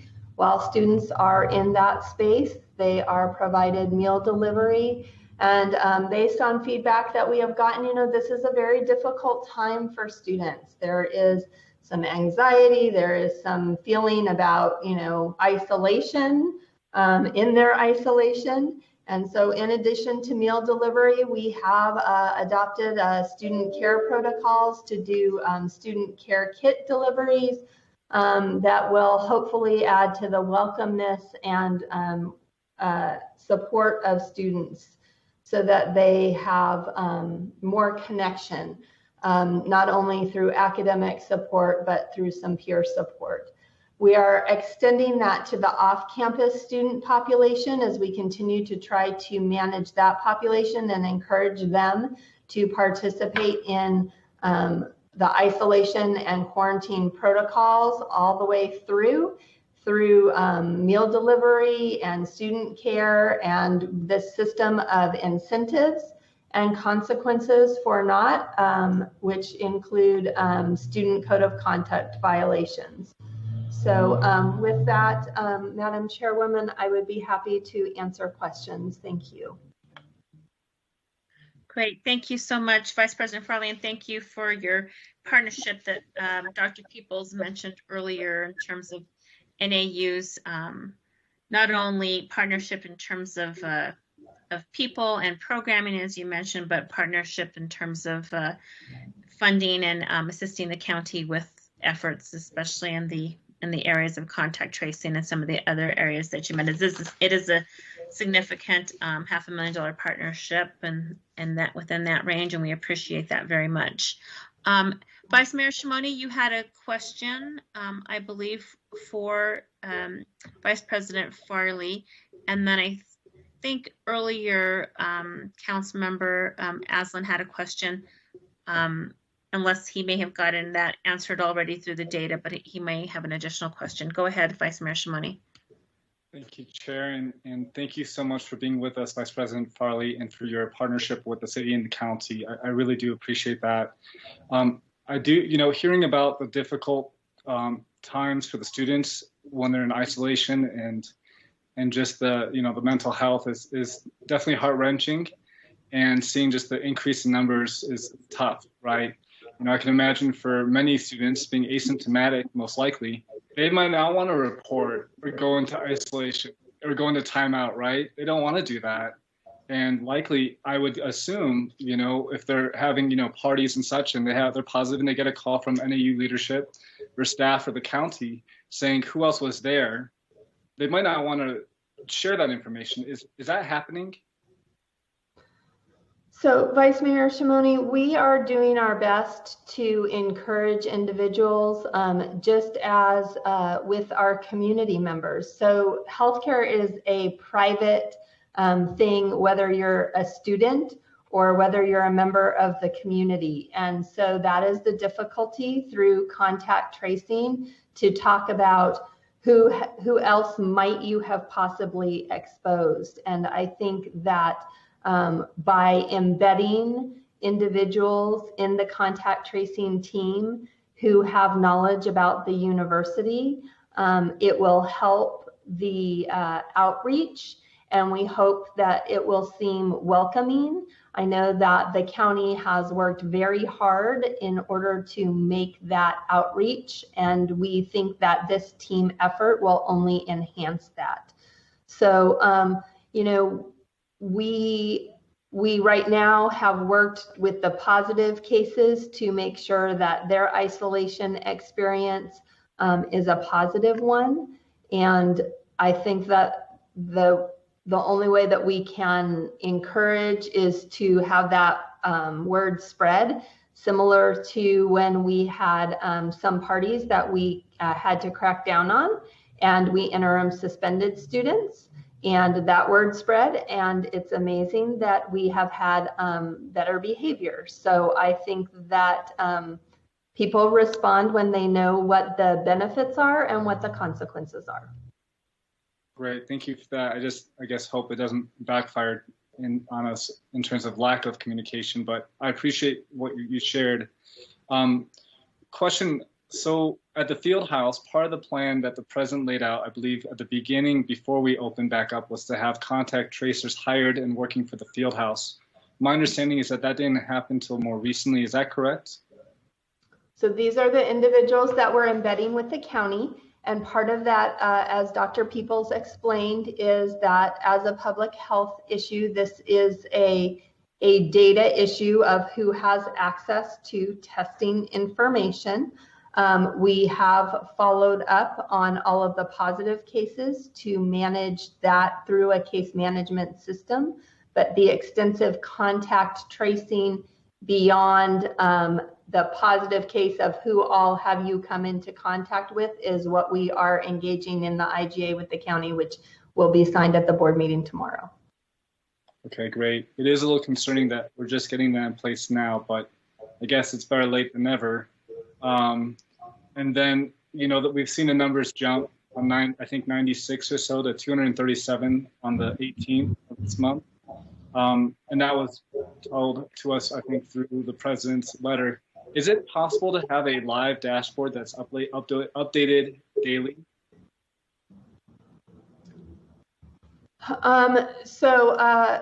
Vice Mayor, we work on this on a weekly basis, and part of that is how we move people in and out of isolation, and those numbers are live active cases at any given point in time.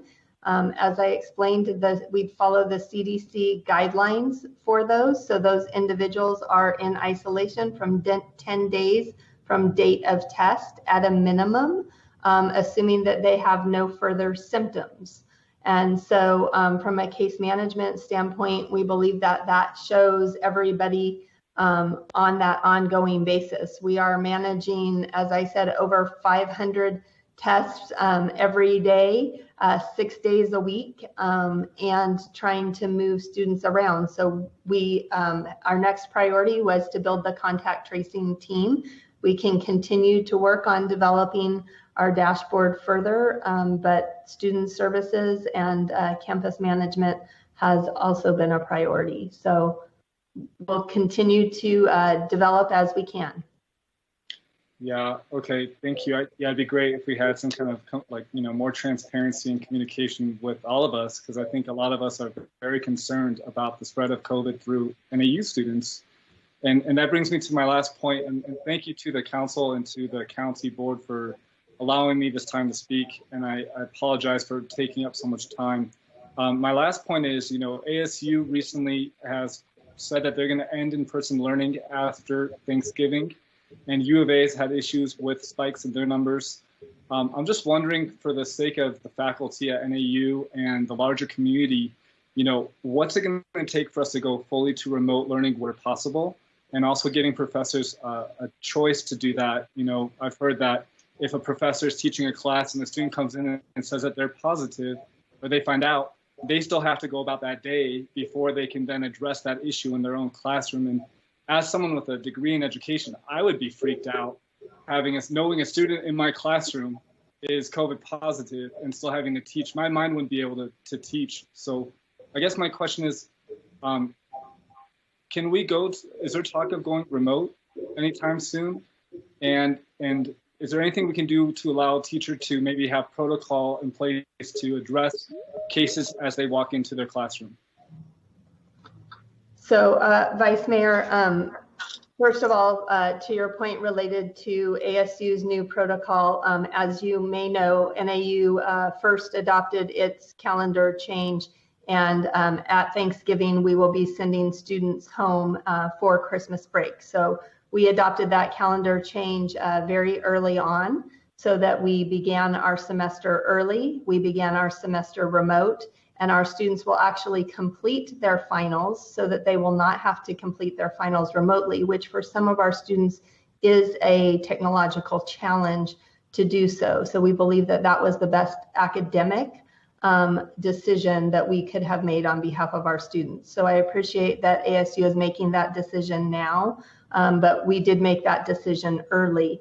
So there's no difference in terms of what their current academic response is and NAU's academic response.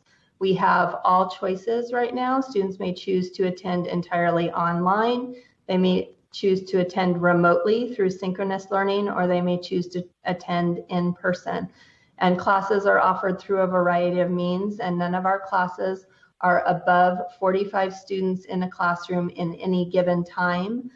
So any classes that were larger than that have a variety of delivery methods, whether that be a hybrid between days or a remote learning environment. So we have done a number of adaptations. Will we need to pivot again? That's very possible, but we have made a number of adaptations already, and our faculty and staff have adjusted to those.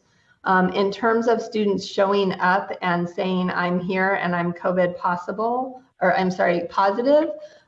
possible, hopefully not either, but that should not be happening. So a faculty member should be able to call our COVID hotline or our campus health services if they have a student who shows up and says, I believe that I'm positive. They should be able to redirect them to go test at campus health services immediately. We have students and faculty are required to do a daily health check, which tells them whether they should come to campus or not. So if a student has any symptoms at all, the faculty member should be able to say, did you do your daily health check today? Because if you're telling me that you're positive, you likely should not be in class. And it is a required step for them to do that daily health check. VP Farley, I really appreciate your responses and your time. Thank you, everybody. Yeah, you bet. Nice to visit with you. Is there anyone else who has a question at this point?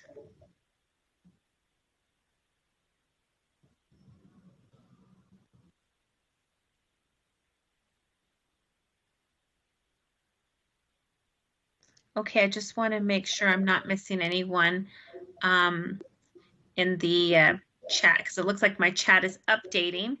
There's this little purple circle that keeps on going and is not stopping, so I apologize. But Mayor, maybe if you can see in the chat and see if there's anybody else that wishes to ask a question or make a comment, that would be so helpful. Thank you. I see nothing else, Chairwoman. Okay, thank you very much. Well, thank you very much, Vice President Farley. We appreciate it and look forward to our continued partnership. Thank you so much, members. I appreciate it. Have a good night. Thank you. Okay, so I wanted to, I know we have item number 7. I just received word from item number 7, from the folks for item number 7 saying that if we wanted to skip their update, that we could and go on to the census. And so that's just food for thought. But I just wanted to bring the COVID discussion to a close here and wanted to speak a little bit to the county's efforts and the situation that we find ourselves in. And so, which I think is very important. Coconino County is looking for various partners to assist us in our COVID-19 response. And on Friday, I had the pleasure of meeting with the mayor and and also City Manager Clifton, as well as with our County Manager Jane and Deputy County Managers Peoples and Keene. And what we are talking about is the fact that we would like to ask the city to partner with us. I know that you received information tonight about the partnership with NAU, and they're coming in as a financial partner. We are in the space where the county is actually have spent $3,500,000 on the COVID-19 response.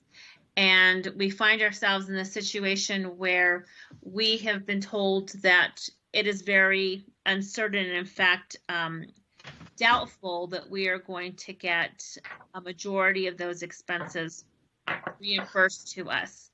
And we'd been operating under that impression that it would be reimbursed.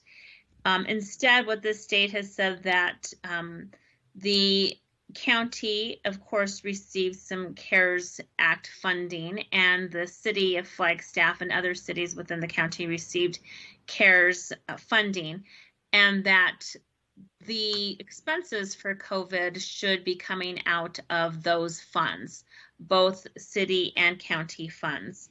And so we want to just today, in addition to broaching it last week, we want to, just for the entire council, to understand that we find ourselves in a situation where we are not sure about our future operations in terms of COVID testing, contact tracing, all of the programs and services that were described today by the various staff that represented them. Because frankly, we are in a situation where the county, unless we have partners and we have funding partners, we will not be able to continue the operations as we know them today. Something will have to change.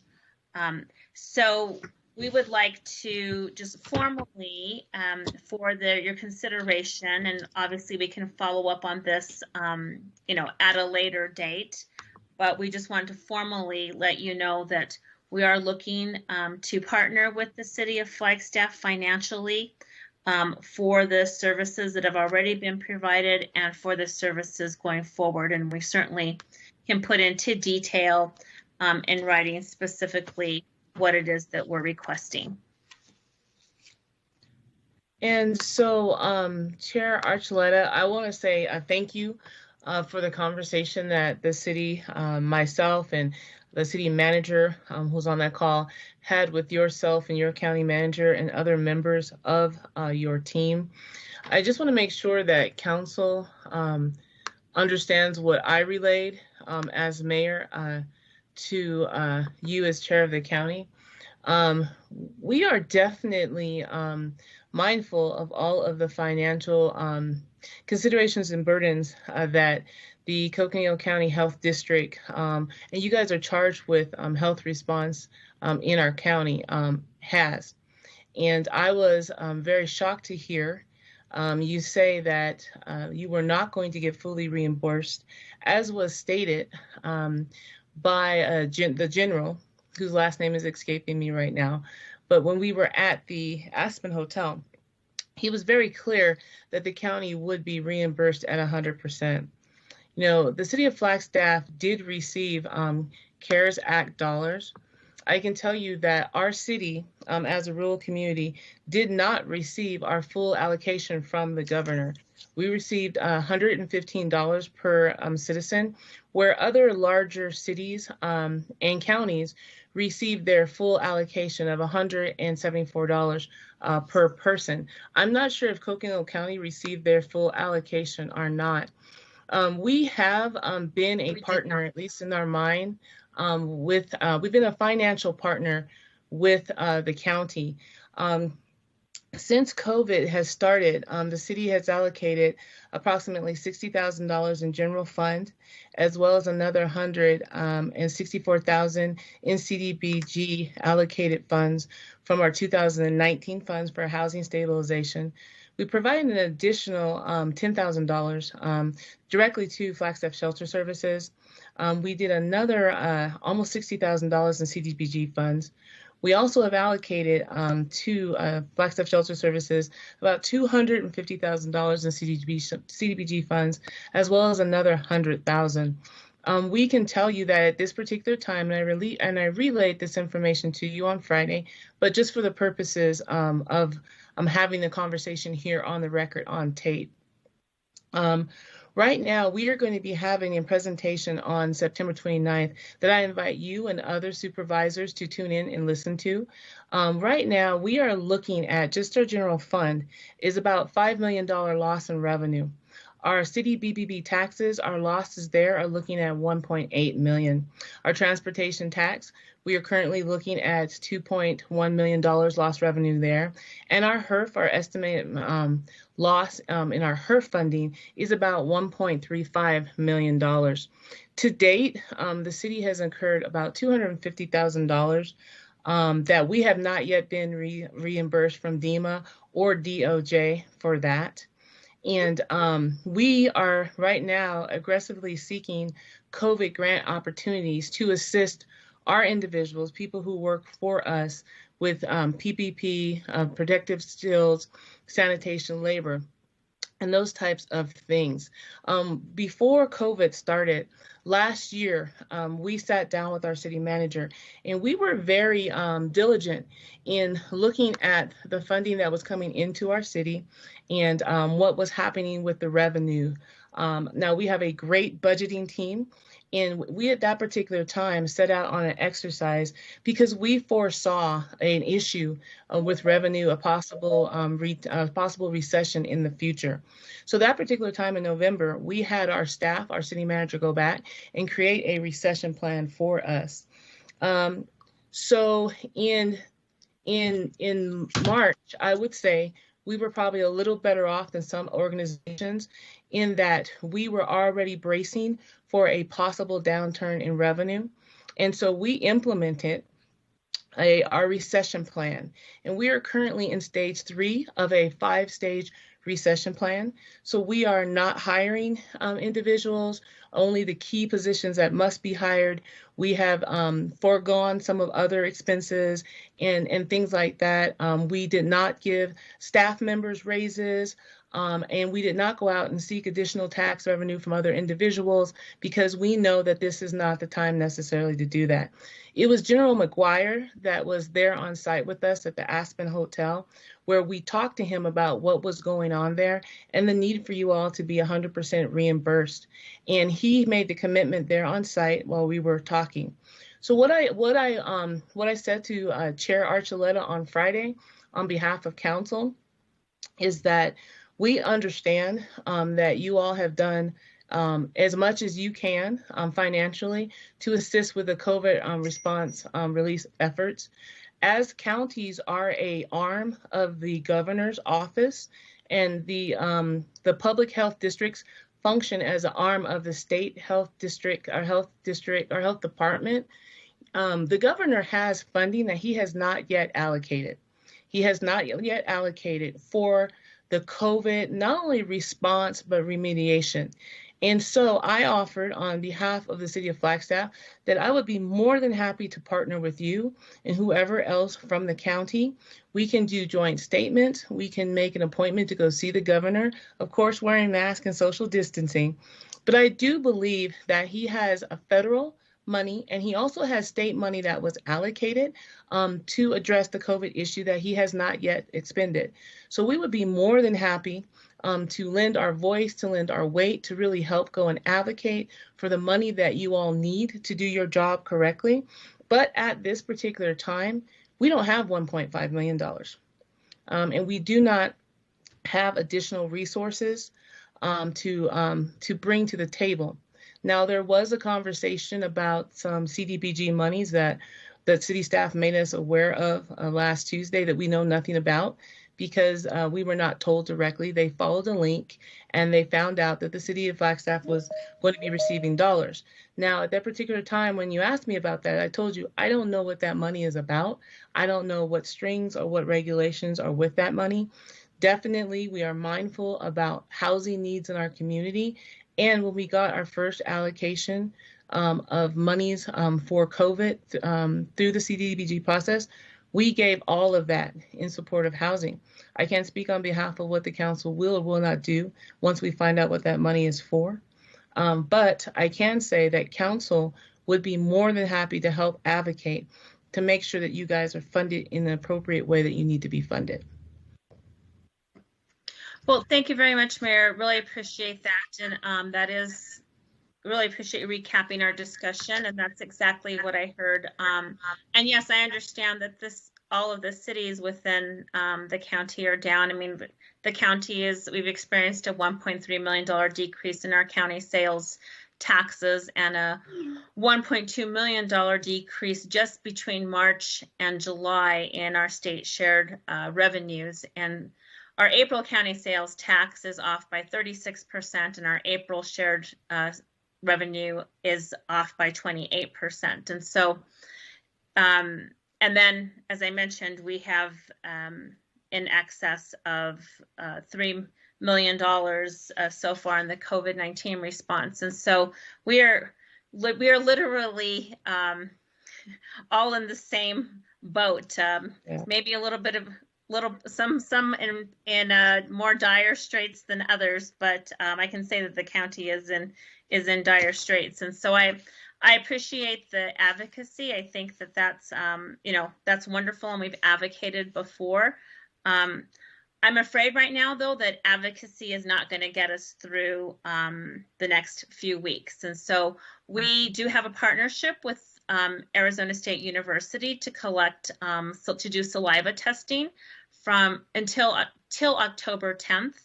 After that, that is when there will be uncertainty. And so we need to prepare now for that uncertainty and to determine what's going to happen after October 10th.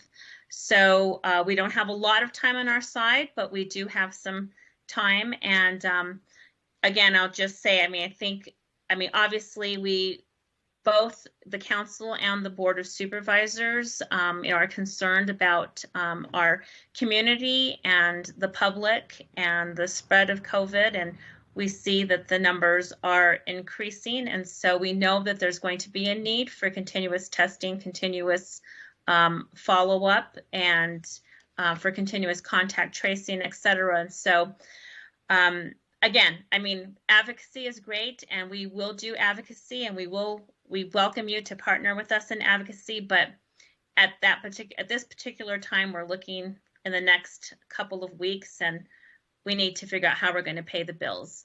And that's, and wanting to keep this very important service available to our residents and to our community, because obviously businesses, our livelihoods depend on it. And so thank you. I would just, again, just respectfully ask that you go back and take a look at your budget again, see if there's at all any place for flexibility to be able to help us continue these services.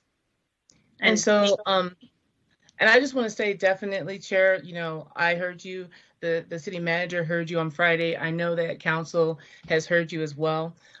Again, I would say that as the governor is in charge of the Arizona Department of Health and Human Services, and that as health districts in our state are extensions or branches of that department, the governor has money that was supposed to be utilized to address the issue of COVID here in our state. I would say that we need to go and ask him, especially, I want to be very clear to everyone that's listening, the numbers are on the rise. This is definitely a problem. You are here as our county health authority saying that you guys do not have the money to continue to provide the service that you critically need. as an extension of the governor, as the extension of the governor's health department, I think that we really as a community need to go ask the governor to assist you in your time of need, especially because there has been money both at the federal level and at the state level that has not been expended to address COVID. For example, we know that rural cities and towns in Arizona did not get their full amount of monies that they were originally promised and allocated from the federal government, as well as other monies that have come down. There's also an issue, you and I have talked about this as well, about the pending evictions that are coming up. And there is about $90 million that is still sitting in that fund that could be able to help people who are facing evictions and our foreclosures. I can tell you in looking at our budget, and again, I really would welcome the audience as well as the members of the Board of Supervisors to tune into the discussion that we have next Tuesday about our loss in revenues and about what we need to do to make sure that we don't end up in stage 5 of a stage 5 recession plan. One of the things that we have already done as a city is we have cut back. We have looked at where we can cut back, where we can minimize, what positions that we are not going to fill at this time, what travel we are not going to take, to make sure that we can live within the budget that we think we're going to have to live within. So I would just, again, say that while we are going to go and look at our budget, I can tell you if we were to find any additional dollars, we have police and social services issues that our community has said they want to look at. We have equipment issues, we have road issues, we have all of the normal things that cities and towns have that we also have to address. Seeing how the county's health district is charged with health, and that the fact that the governor oversees health in this state, and that there are dollars there, we would strongly suggest that we partner and we go and we advocate for the money that the county needs to make sure that they can take care of us in our health, public health in Coconino County the way you all need to do. Wait, you're on mute. I appreciate that, and I see that Councilmember Whalen has a question, and we definitely will want others also to tune into our situation. I mean, I kind of feel like this is a discussion of like who is in the most difficult situation right now, but just to put maybe a little bit of a bookend on this, our total revenue loss for the county is projected at $15 million for all of our sources through the end of this fiscal year. And we did not get any revenue replacement funding from the state. And so I know that there was revenue replacement for cities, but not for counties. And so that's a major issue for us. And I think the one thing in terms of the Public Health Services District, it is a taxing district that basically pays for state mandated services of all text access and Title 36. And so that's where the entirety of the funding of the health district goes to, is to pay for those state mandated costs. And so we basically collect, just for information, we collect $408 million in Public Health Services District taxes, and we pay $4,855,000 in state mandates. So that's where that goes. And so the amount that we collect is actually $55,000 less than what we pay the state. So again, I know it sounds like, oh, well, there's a health district and there's all this funding the Public Health Services District gets, but the taxes that we collect are basically turned around and given to the state for those 3 programs that I had mentioned. And we'd be happy to put that, in a written format. But I mean, I think just in summary, I mean, just to bookend it, is that, both the city and the county have this really, great history and strong history of being solution oriented and working together and doing what we need to do to meet our community's needs. So I have no doubt that we will do that with this item as well. There's a lot of leadership at the city and at the county where we will be able to figure this out. I did want to mention before we move on, we do have Vice Mayor Simoni's first and then Ms. Whelan. But I do want to mention, just to close out my comments, that this is not about which organization has the worst revenue outlook, right? I want to make sure that the Board of Supervisors, as well as city staff, as well as our city residents, understand that really this is about what is the appropriate way to handle the expenses that are coming in, at least in the city standpoint and in my mind as the mayor. Is it appropriate for us to take from city dollars that are already very limited and do something that the state of Arizona, who are our governor, who is in charge with public health, who then, even though you are, different counties, you have a public health district, and the governor oversees that through an extension of the public health authority that he has in the public health department. And so the question is, which is the appropriate mechanism to make sure that you are reimbursed for the health costs that you have accrued in dealing with COVID. So definitely we understand that you all have you have expenses that need to be paid, as well as we do, as well as all of the other 4 cities and towns in your county. So this is not about, well, who has less revenue. We all have less revenue because COVID has negatively impacted all of us. It's about what is the appropriate pot of money. What taxpayer pot of money is appropriate to be paying for these expenses? Really, that is the question that we have here. And so I would just go to Vice Mayor first and then Ms. Whelan. Thank you. Thank you both so much for this conversation. I really appreciate the dialogue, and these are hard times and hard times for all of us. And we do pull together and we do work together, and we will continue to do that to best serve our public. And Mayor Evans, I like what you're saying about us really pushing hard at the state level in partnership with the county, and maybe pulling in all the other cities that are willing to join us.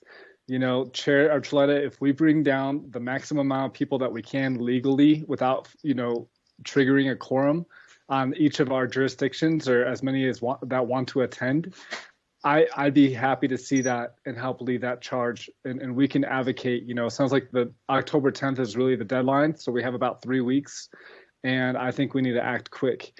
But the governor is sitting on a decent chunk of money, and we need to get that money to you so that it can best support and help all of us. Because we too are struggling, as the mayor spoke about. But we will look at our budget and whatnot, but we need to do a hard ask of the governor in collaboration and unity for the things we need. And I'm happy to help see that through. Thank you. Thank you. And Councilmember Whalen, you had a question? I did, Liz. I'm just wondering, I heard Dr. Peoples talk about Hotel Aspen was what, $400,000? Was that the cost of it, or was it 800,000? Anyway, so I heard you say that there will be things changing because of the non-reimbursement, that it seemed to me that you were almost promised or said you would be getting. And for that, I am terribly sorry. I am not surprised, but I'm terribly sorry. And I agree with the mayor and the vice mayor. We will do what it takes to help get that money from the sources that need to be giving it to you. But in the meantime, what happens to, like Hotel Aspen and the testing? Is there a plan to cut all of that? So with the testing, we've partnered with ASU until October 10th, and so that is secure. That we will continue to do that with October 10th. For the Hotel Aspen, we are looking at alternatives to that.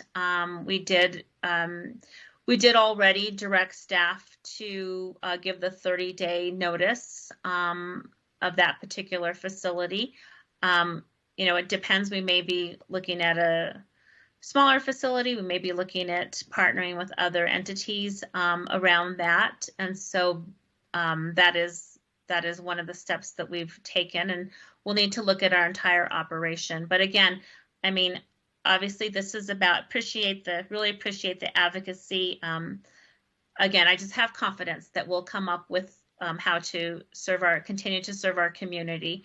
We, meaning the city of Flagstaff and the county, I'm confident that we will figure this out, and that we will we'll lean into it, and we'll roll up our sleeves, and we will do what we need to do for our residents. Thanks.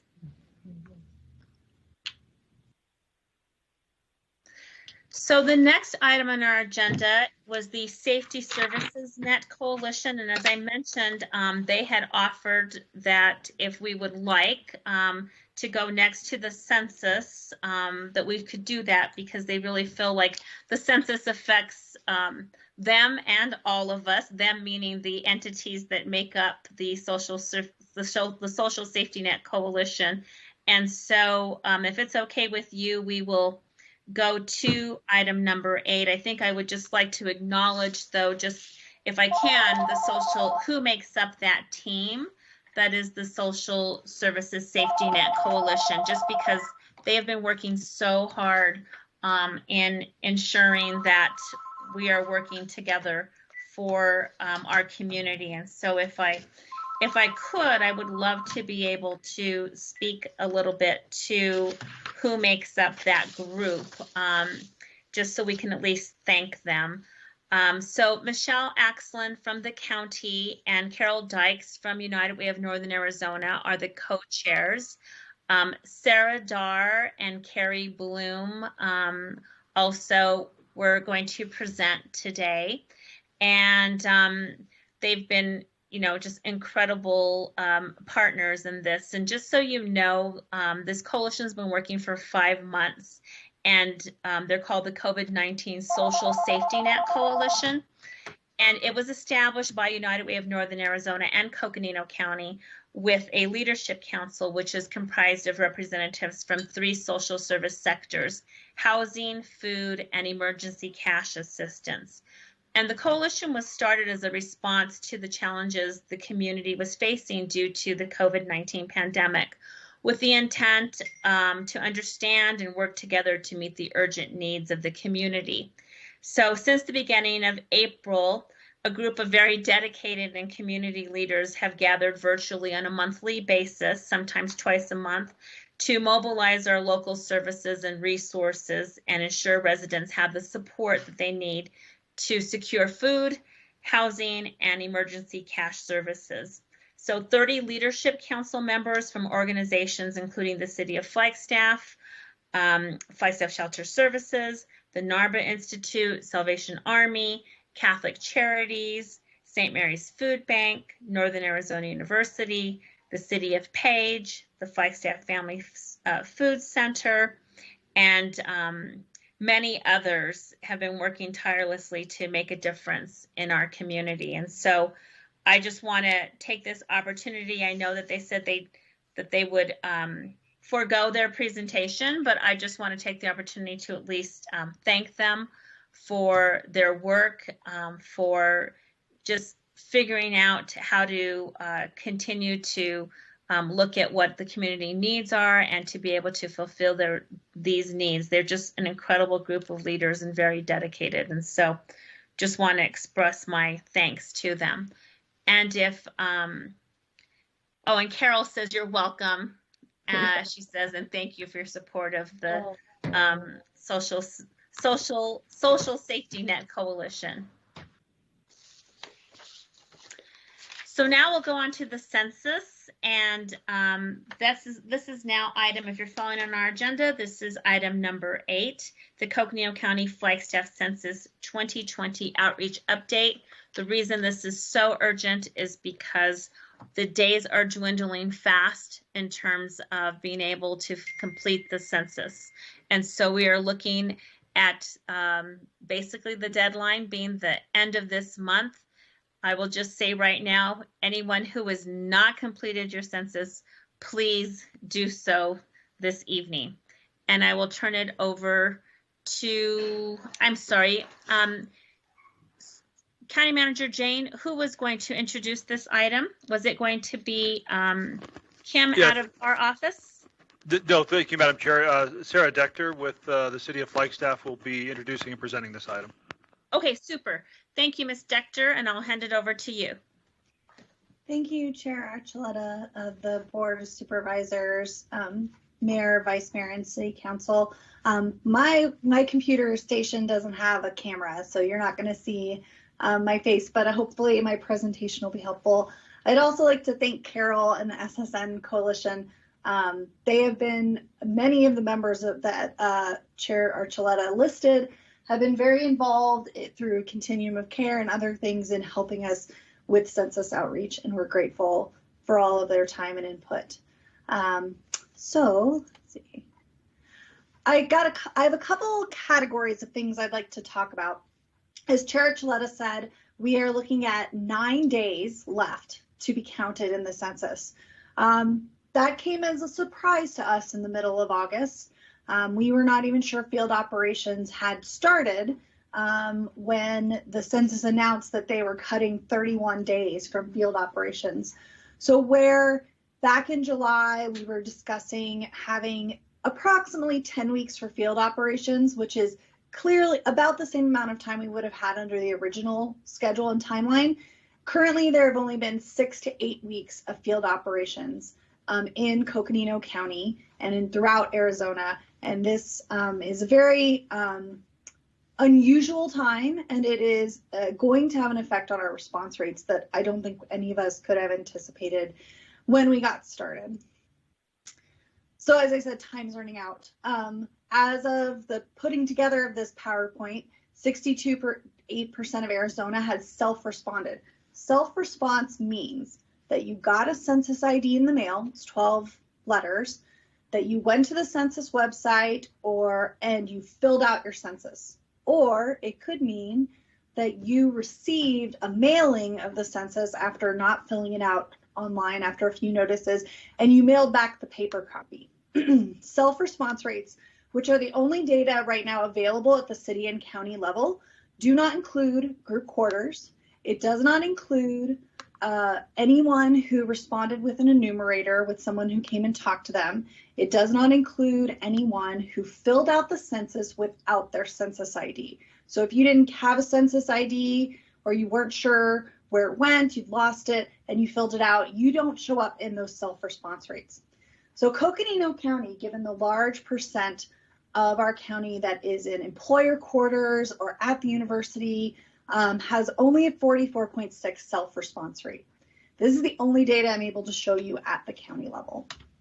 Flagstaff has a 58% self-response rate, and I think we calculated that approximately 25% of Flagstaff is NEU students, so we're probably a little closer, a little better off than I think the numbers look, but 15% of the city is in group quarters, so the highest rate we could ever get in Coconino County is 85%. Yes. Sarah? Oh, sorry, it's Liz. I'm sorry to keep saying your name, but we can't see your presentation if the intention was to share it. It was. Thank you for telling me, and I am going to try this a different way. Okay, thank you. Thank you for letting me know. All right, let's see. I know we all have hard copies, but just so that the folks that are joining us who don't have a hard copy can see your slides, that would be super because it's such great information. Are they showing up now? We can see the cover slide. Can you try to advance? We can see advancement. Liz, Excellent. Can you see that? I can see it. It says self-response and field operations is a slide I see right now. Thank you. So here's the slide where we were talking about what self-response is. I'll just leave that up for a second so people can catch up. Thank you, Chair Archuleta, for letting me know.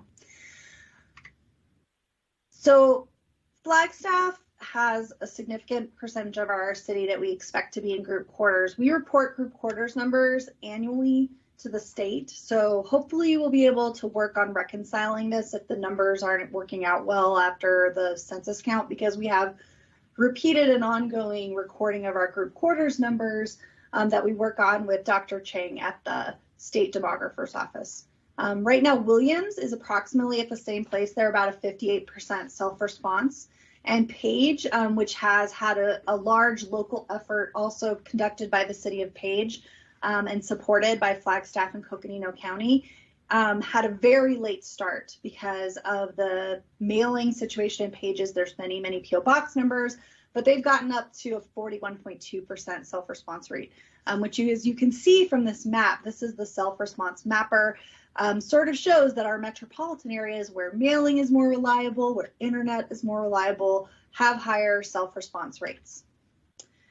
And so here's Flagstaff. You can see Flagstaff and Williams are sort of doing the best in the county, but when you look at Flagstaff, it's hard because the label shows up over it. You'll see that NAU shows that as a very low rate. NAU has submitted all their on-campus housing, but it will not show up on the self-response tracker. So if you lived in on-campus housing on April or last spring semester, you were counted by the university. And however, they don't provide all the information about those individuals. They provide a name and a birth date, and male and female, and that's about it. We will not get race or ethnicity numbers off of on-campus housing. We'll have to go to the university to get that level of information. But you'll also see that some of the surrounding areas like Pineville Brannon, the Bow and Arrow neighborhood, and the West 66 area and Woodlands Village, which have many, many apartment buildings and places where students live close to campus, they also have low response rates. And that's because by the time we were getting census information out, students were leaving and not coming back. So the Census Flagstaff area office is staffed and open.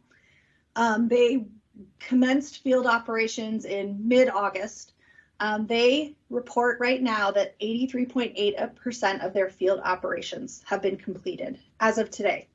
So that's probably numbers from over the weekend. I think there's a little bit of delay. So they have 9 days to complete 17% of the doors in the county. Window Rock Area Census Office, which covers a large part of the Navajo Nation, not Tuba City and some of those surrounding areas, but other more rural locations, has only 62.1% complete with non-response follow-up. It's been particularly difficult to work on the census on the Navajo Nation, and I think Supervisor Fowler can probably provide a little detail on that if she would like to through the part of this process. The non-response follow-up, again, will be until September 30th. We'll talk a little more about the ifs that are associated with that a little later on. Service-based enumeration, which includes those receiving services at Catholic charities, at food banks, soup kitchens, and shelters, are scheduled to begin tomorrow and will go on for 3 days. So for the next 3 days, census takers are going to be very focused on getting the count for homeless individuals throughout Coconino County. They have a list of where these places are. We've provided information from the point in time count that Flagstaff does to make sure they're hitting the same places we would. Luckily, the Aspen hotel situation is helpful in that many more individuals are housed now than ever have been before. And so we hopefully can get them counted where they are. And of course, Flagstaff Shelter Services and the whole Continuum of Care Committee is working very, very closely with the census on all of these field operations. So a final media push has been started since about the last week in August of really getting the deadline out in front of the community. We changed all the graphics, all the posters, all the ads in about 10 days. We went through everything. We changed every plan we could to get this September 30th deadline out. We had been telling people since the end of April they would have until Halloween. That changing surprised us, it surprised everyone, and so we really wanted to push hard to get that information out. So that new advertising included new bus tails, new banners, new newspaper ads, new radio ads with new tags to emphasize the date, and new social media. Additional advertising was also provided for census assistance activities in rural Coconino County. So we tried to advertise where you could go if you needed assistance, both if the census office was offering it, though we weren't always able to do that, because we didn't always know when those activities were happening. They were getting scheduled so quickly.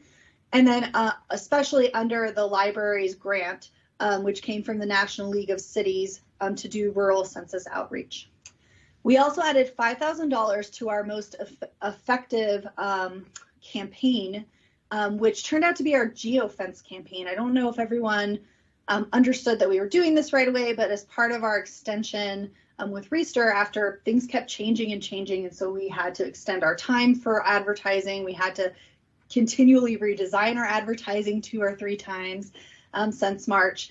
But one of the things we discovered was we had a campaign where we geofenced every grocery store in Coconino County. And if you were inside that geofence and you were scrolling through your phone or looking at your device, our census ads came up there in particular. So we particularly targeted places where people might be gathering rather than spending it on a wide social media net that may miss our rural residents who maybe only have, or only checking their Wi-Fi and some of those things in Sam's Clubs, because Sam's Club has Wi-Fi and it's free.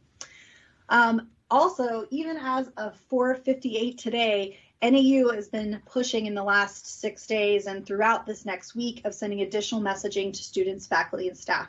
So at 4:58 today, they sent out a faculty, staff, and student-wide email reminding everyone of the importance of the census and repeating the messaging the census had, which is NAU students need to be counted where they were living in the spring and not at their parents' house and not at some other location. And they emphasized the monetary and community importance of taking that action and asked everyone to do it this week.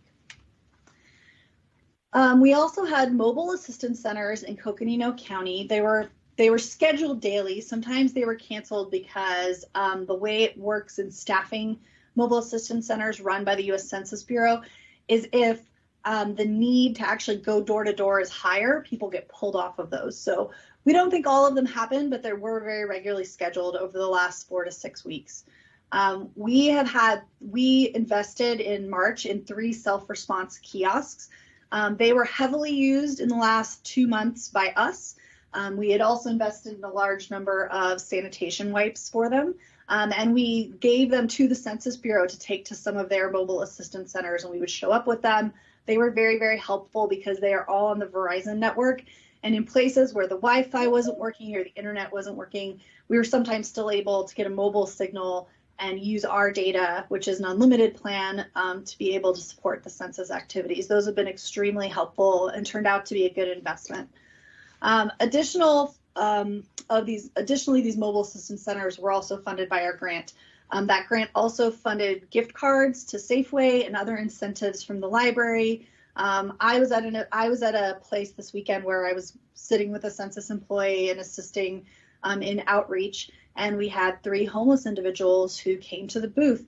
And the fact that we had a good sturdy bag with Gatorade and water and some basics like a face mask and hand sanitizer was a really attractive incentive to get them to come and sit at the kiosk or sit down with the census employee and answer the questions.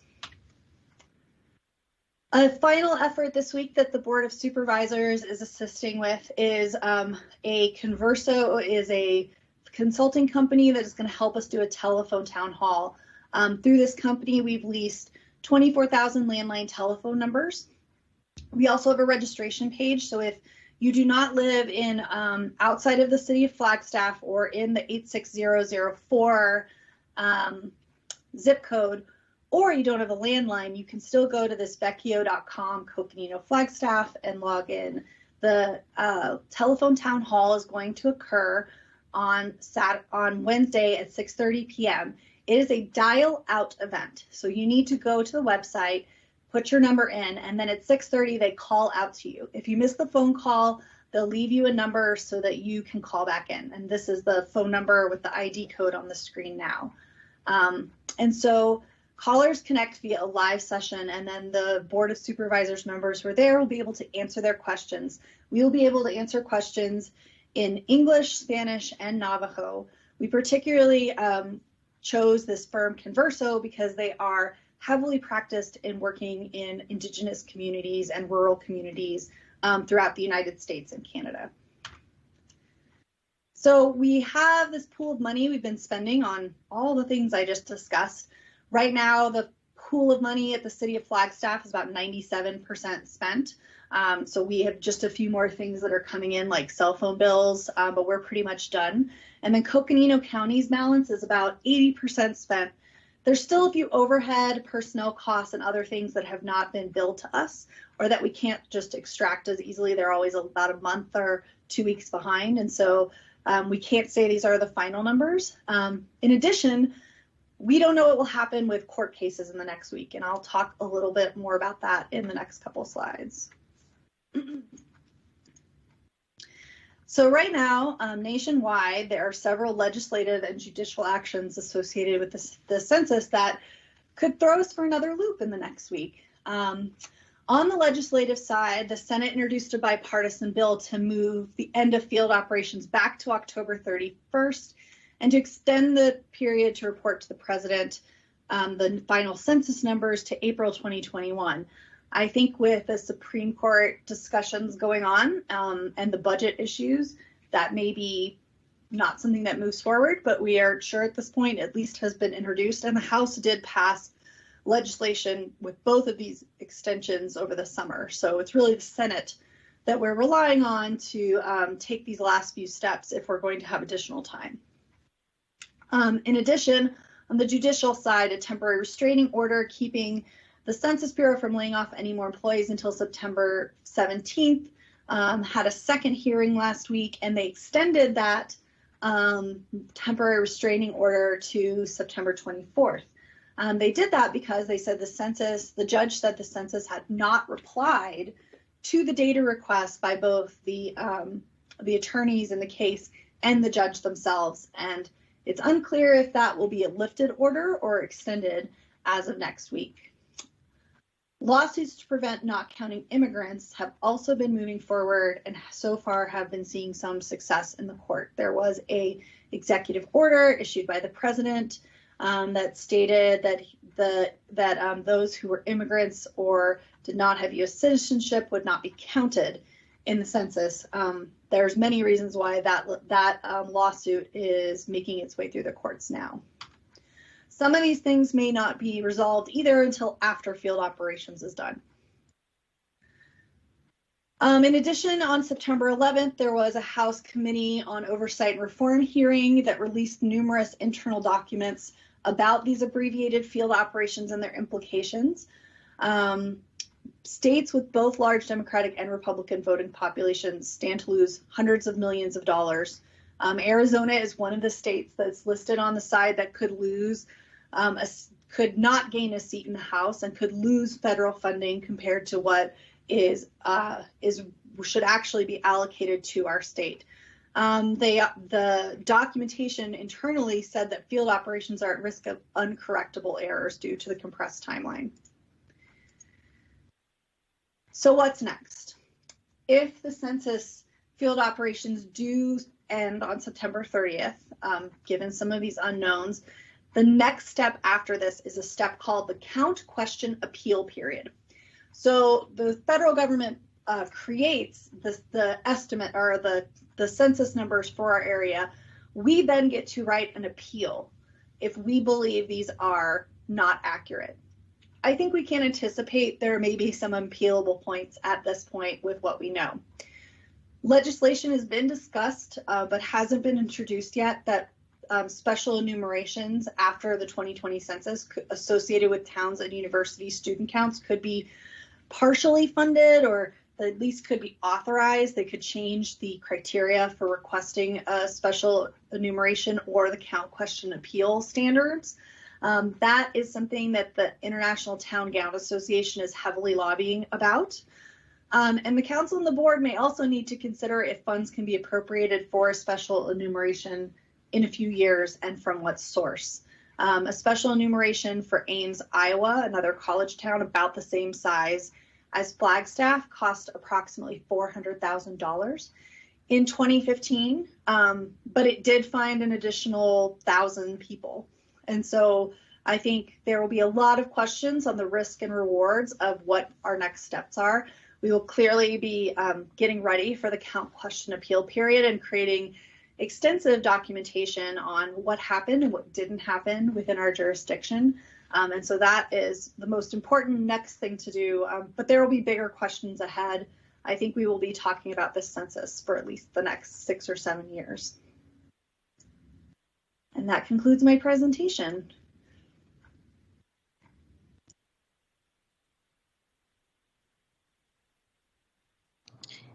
Wonderful. Thank you so much for that update. Are there any questions or comments? Ms. Sarah.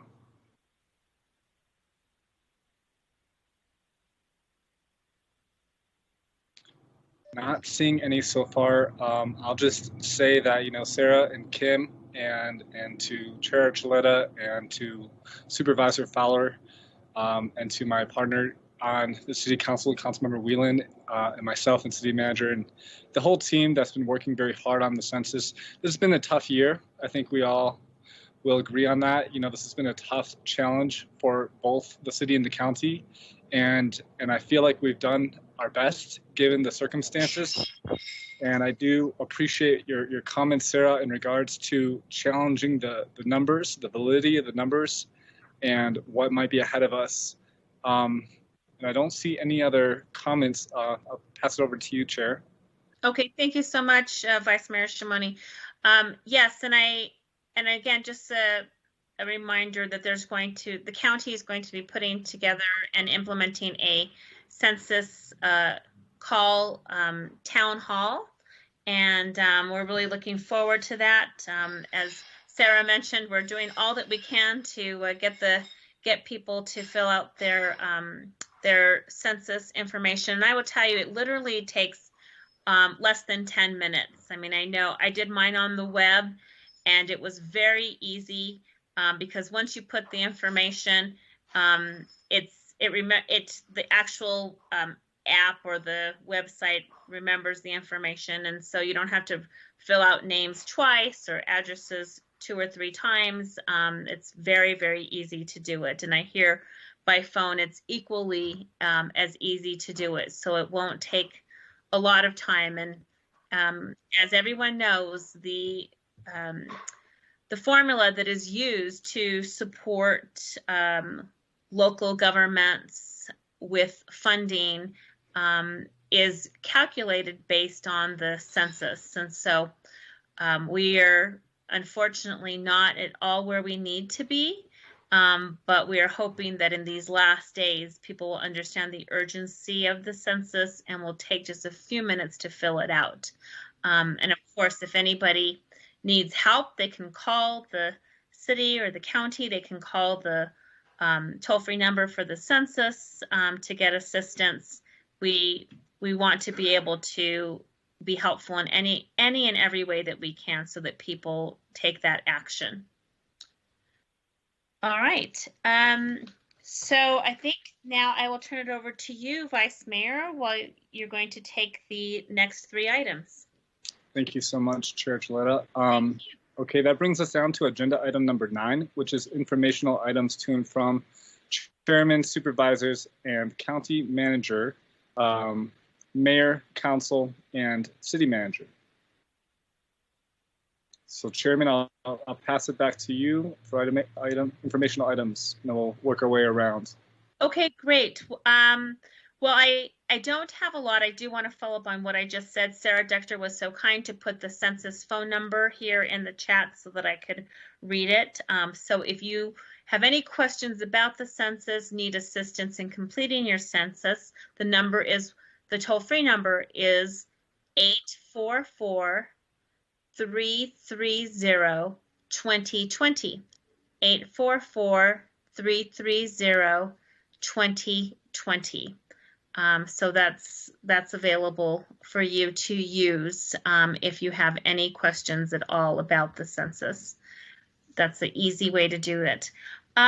So no, Vice Mayor Shimoni, thank you so much. I think I would just like to say thank you for, again, for having this joint meeting. Obviously, a lot of the information is about things that are time sensitive. And, obviously we have a lot to talk about in the future, including information that we usually share with our federal agenda, which we're going to be, of course, I'm sure working on that. But we felt like these were the topics that were of most importance for both of our government entities, and we just look forward to continuing to work with you on the partnerships and identifying solutions to our community concerns and to what's facing our community right now, which is the COVID. So look forward to continued discussions. Thank you. Thank you very much. And I'm assuming if no other supervisors would like to jump in, or the county manager will flow it back to the city side. And city council, if there's anyone that would like to speak on informational items to and from, please do put a comment. Go ahead. This is Matt Ryan. Just real quickly, first and foremost, I want to compliment the city for all the work on the SLEDS process. That's been coming for a while. There's been a lot of work that went into that, and I just want to compliment you on approving that and look forward to working on the lighting ordinances in the future. Just one other piece related to the request that Chair Archuleta was placing. Kind of what we're running into is we're trying to stand up testing for the sake of community, and whether it's employees or general public that can come in. We're worried about our capability of continue to doing that when we're not getting funding that'll help us do so, and we're about ready to step into the flu season. So the advocacy is wonderful, but I think that might provide a little bit more of a background of some of the challenge that we're being confronted with, and we've always had a pretty good partnership. When we run into challenges like that, we were hoping to bring that to your attention and make you aware of that. As always, really appreciate these meetings and how we all work together. And again, good job on the SLEDS process. Thank you. Thank you very much, Supervisor Ryan. And I see Supervisor Art Babbitt has joined us. Please. Great. Well, I just want to take a moment to thank you all. The census presentation really was a pretty amazing breadth of activities that we're involved with in both our jurisdictions. And, there's a lot of leadership. Liz has done it and Liz and Lena have done a great job from our side of the street. And I know you've had champions, you and Councilwoman Whalen on your side of the street. So just want to recognize that. I also want to just bring one quick thing forward as I kind of get ready to wind down. There is the start of a really, what I think, really great conversation. I wanted to bring it to your and the council's attention regarding a utility scale renewable energy ordinance that we are having that first start of a conversation with. With the transition from a coal to a clean energy future, there is all this new transmission capacity that is getting freed up around northern Arizona. There is going to be an opportunity to serve kind of multiple interests, which is transition to a clean energy future, the protection of large landscape scale ranching operations, which need economic diversification in order just to survive given drought, and the economic diversification of our county. And so, I know I'm, obviously got a couple months left here. It's probably going to won't be finished before I leave, but it's something that I'd love to share with you tonight briefly, and happy to follow up because it's a really amazing opportunity, I think, if we think generationally and we think, boldly. And we have that responsibility to protect these landscapes. We have this responsibility to work to transition to a clean energy future. And this is just one of those. So as the conversations on our side of the street kind of start maturing and get a broad group of people, we want to make sure we include the city in there, because it certainly meets a lot of your intentionality around your climate change plan as well. And so with that, thank you all. I think this is probably my last one after 8 years, and I know I'll be seeing you here in the next few months, but I really appreciate all the work and your public service and your leadership. And I want to thank you for your service to our city, to our county, and best of luck in your endeavors. And we really appreciate all of your service and look forward to collaborating with you in whatever that might look like moving forward. Anyone else from the county like to speak? This is Lena Fowler. Go ahead, Lena. Thank you, Supervisor Fowler. Thank you, Vice Mayor and Madam Chair. I just want to thank you for this meeting and just the updates that we have received. We are all right now focused on Census 2020, and just really want to add that we want to make sure that everyone is counted. We're doing some more videos today to try to put together a video to just do the last minute push on trying to have everyone be able to do their census. So I want to just thank everyone for their work, and we all miss each other. So I just like to just thank everyone for all their work that they're doing, and the continued effort to try to get the census number up. So we've been, as a county, we've been at about 44 for some time now, and now it's 44.9, I think it was. Hopefully it will go up, and I'm sure it will. So just really good presentations, and the elections as well. Really big focus on that. So thank you so much, and everyone take care. Thank you so much, Supervisor. County Manager Jane. Vice Mayor, just a quick reminder to all of us, again, make mental and notes about our last day to register to vote is October 5th. Early voting begins October 7th. That's not very far away. Again, last day to vote in person is October 30th, and then obviously Election Day on the 3rd. And just, Vice Mayor, just a quick reminder about the town hall that was referenced on Wednesday evening. I hope I know that there's been a big social media push to get that out in the last few days, but just a reminder for all of us to encourage folks to participate in that town hall on Wednesday evening. Thank you, Vice Mayor. Thank you, Council. Thank you, Manager Clifton, and all city staff for your partnership, again, to help make a difference for people in community. We appreciate it. Be well. Thank you so much. And Chair, would you like to share any words before we turn it over, or should we go to the city? Oh, I see. Chair, I see Supervisor Parks has joined us. Thank you for joining us, and good to see you. Well, thank you, Vice Mayor Shimoni.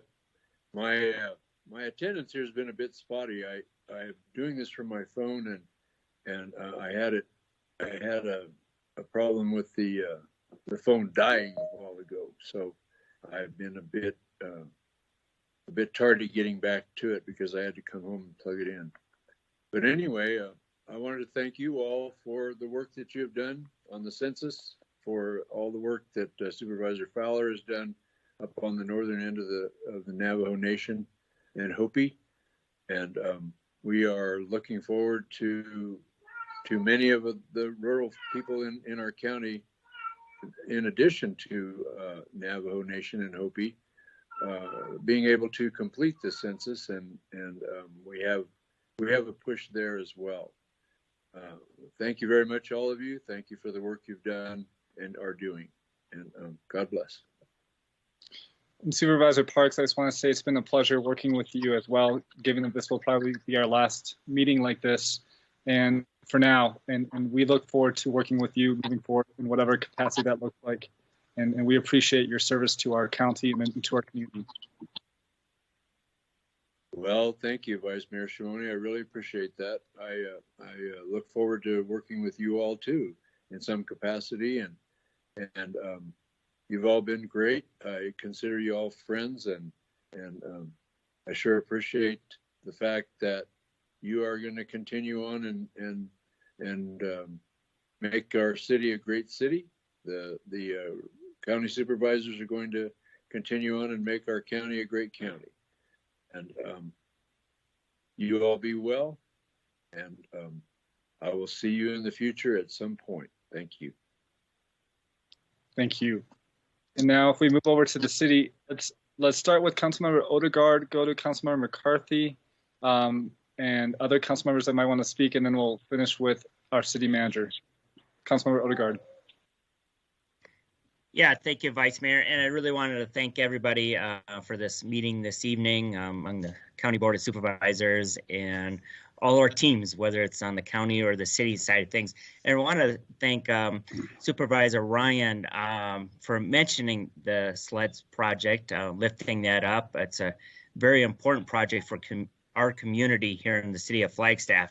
And I really want to thank the residents in 2018 with passing Prop 419 that provided the funds to do this project and really lift up our dark skies. It's a value that's here in our community, and we're going to make our dark skies even more better, be able to see things. And so thank you, Supervisor Ryan, for recognizing that effort. It is a huge effort and a long time coming. So thank you, and appreciate everyone's efforts, and everyone have a nice evening. Thank you.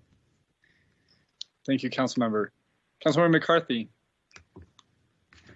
Well, thank you, Vice Mayor. I just want to say thank you to everybody. I really enjoyed the updates, and I particularly was interested in Mr. Babbitt's comments about clean energy. So that's something we definitely need to follow up on. It sounds like the census is a big challenge, but an important challenge. So I'll just limit it to that for now. Thank you, Vice Mayor.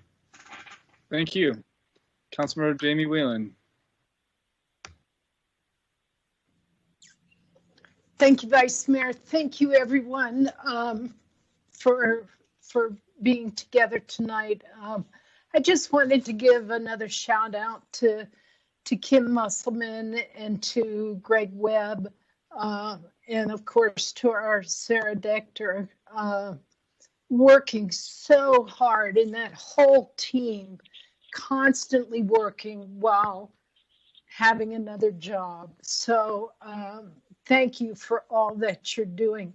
I would like to point out that the Murdoch Center is community center is hosting the Black Lived Experience, and you have to register, but it's free. And they're just really outstanding pieces that they're presenting. Please go to the Southside Community Association to find out when they'll be.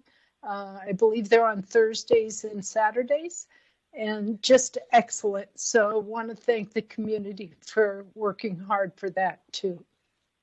Thank you. Thank you so much for that, Councilmember Whelan. Councilmember Salas.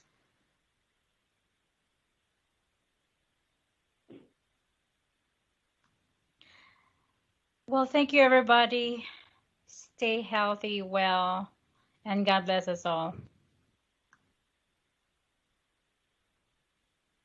Thank you so much. I was hoping you were going to do one of these for everybody, but thank you.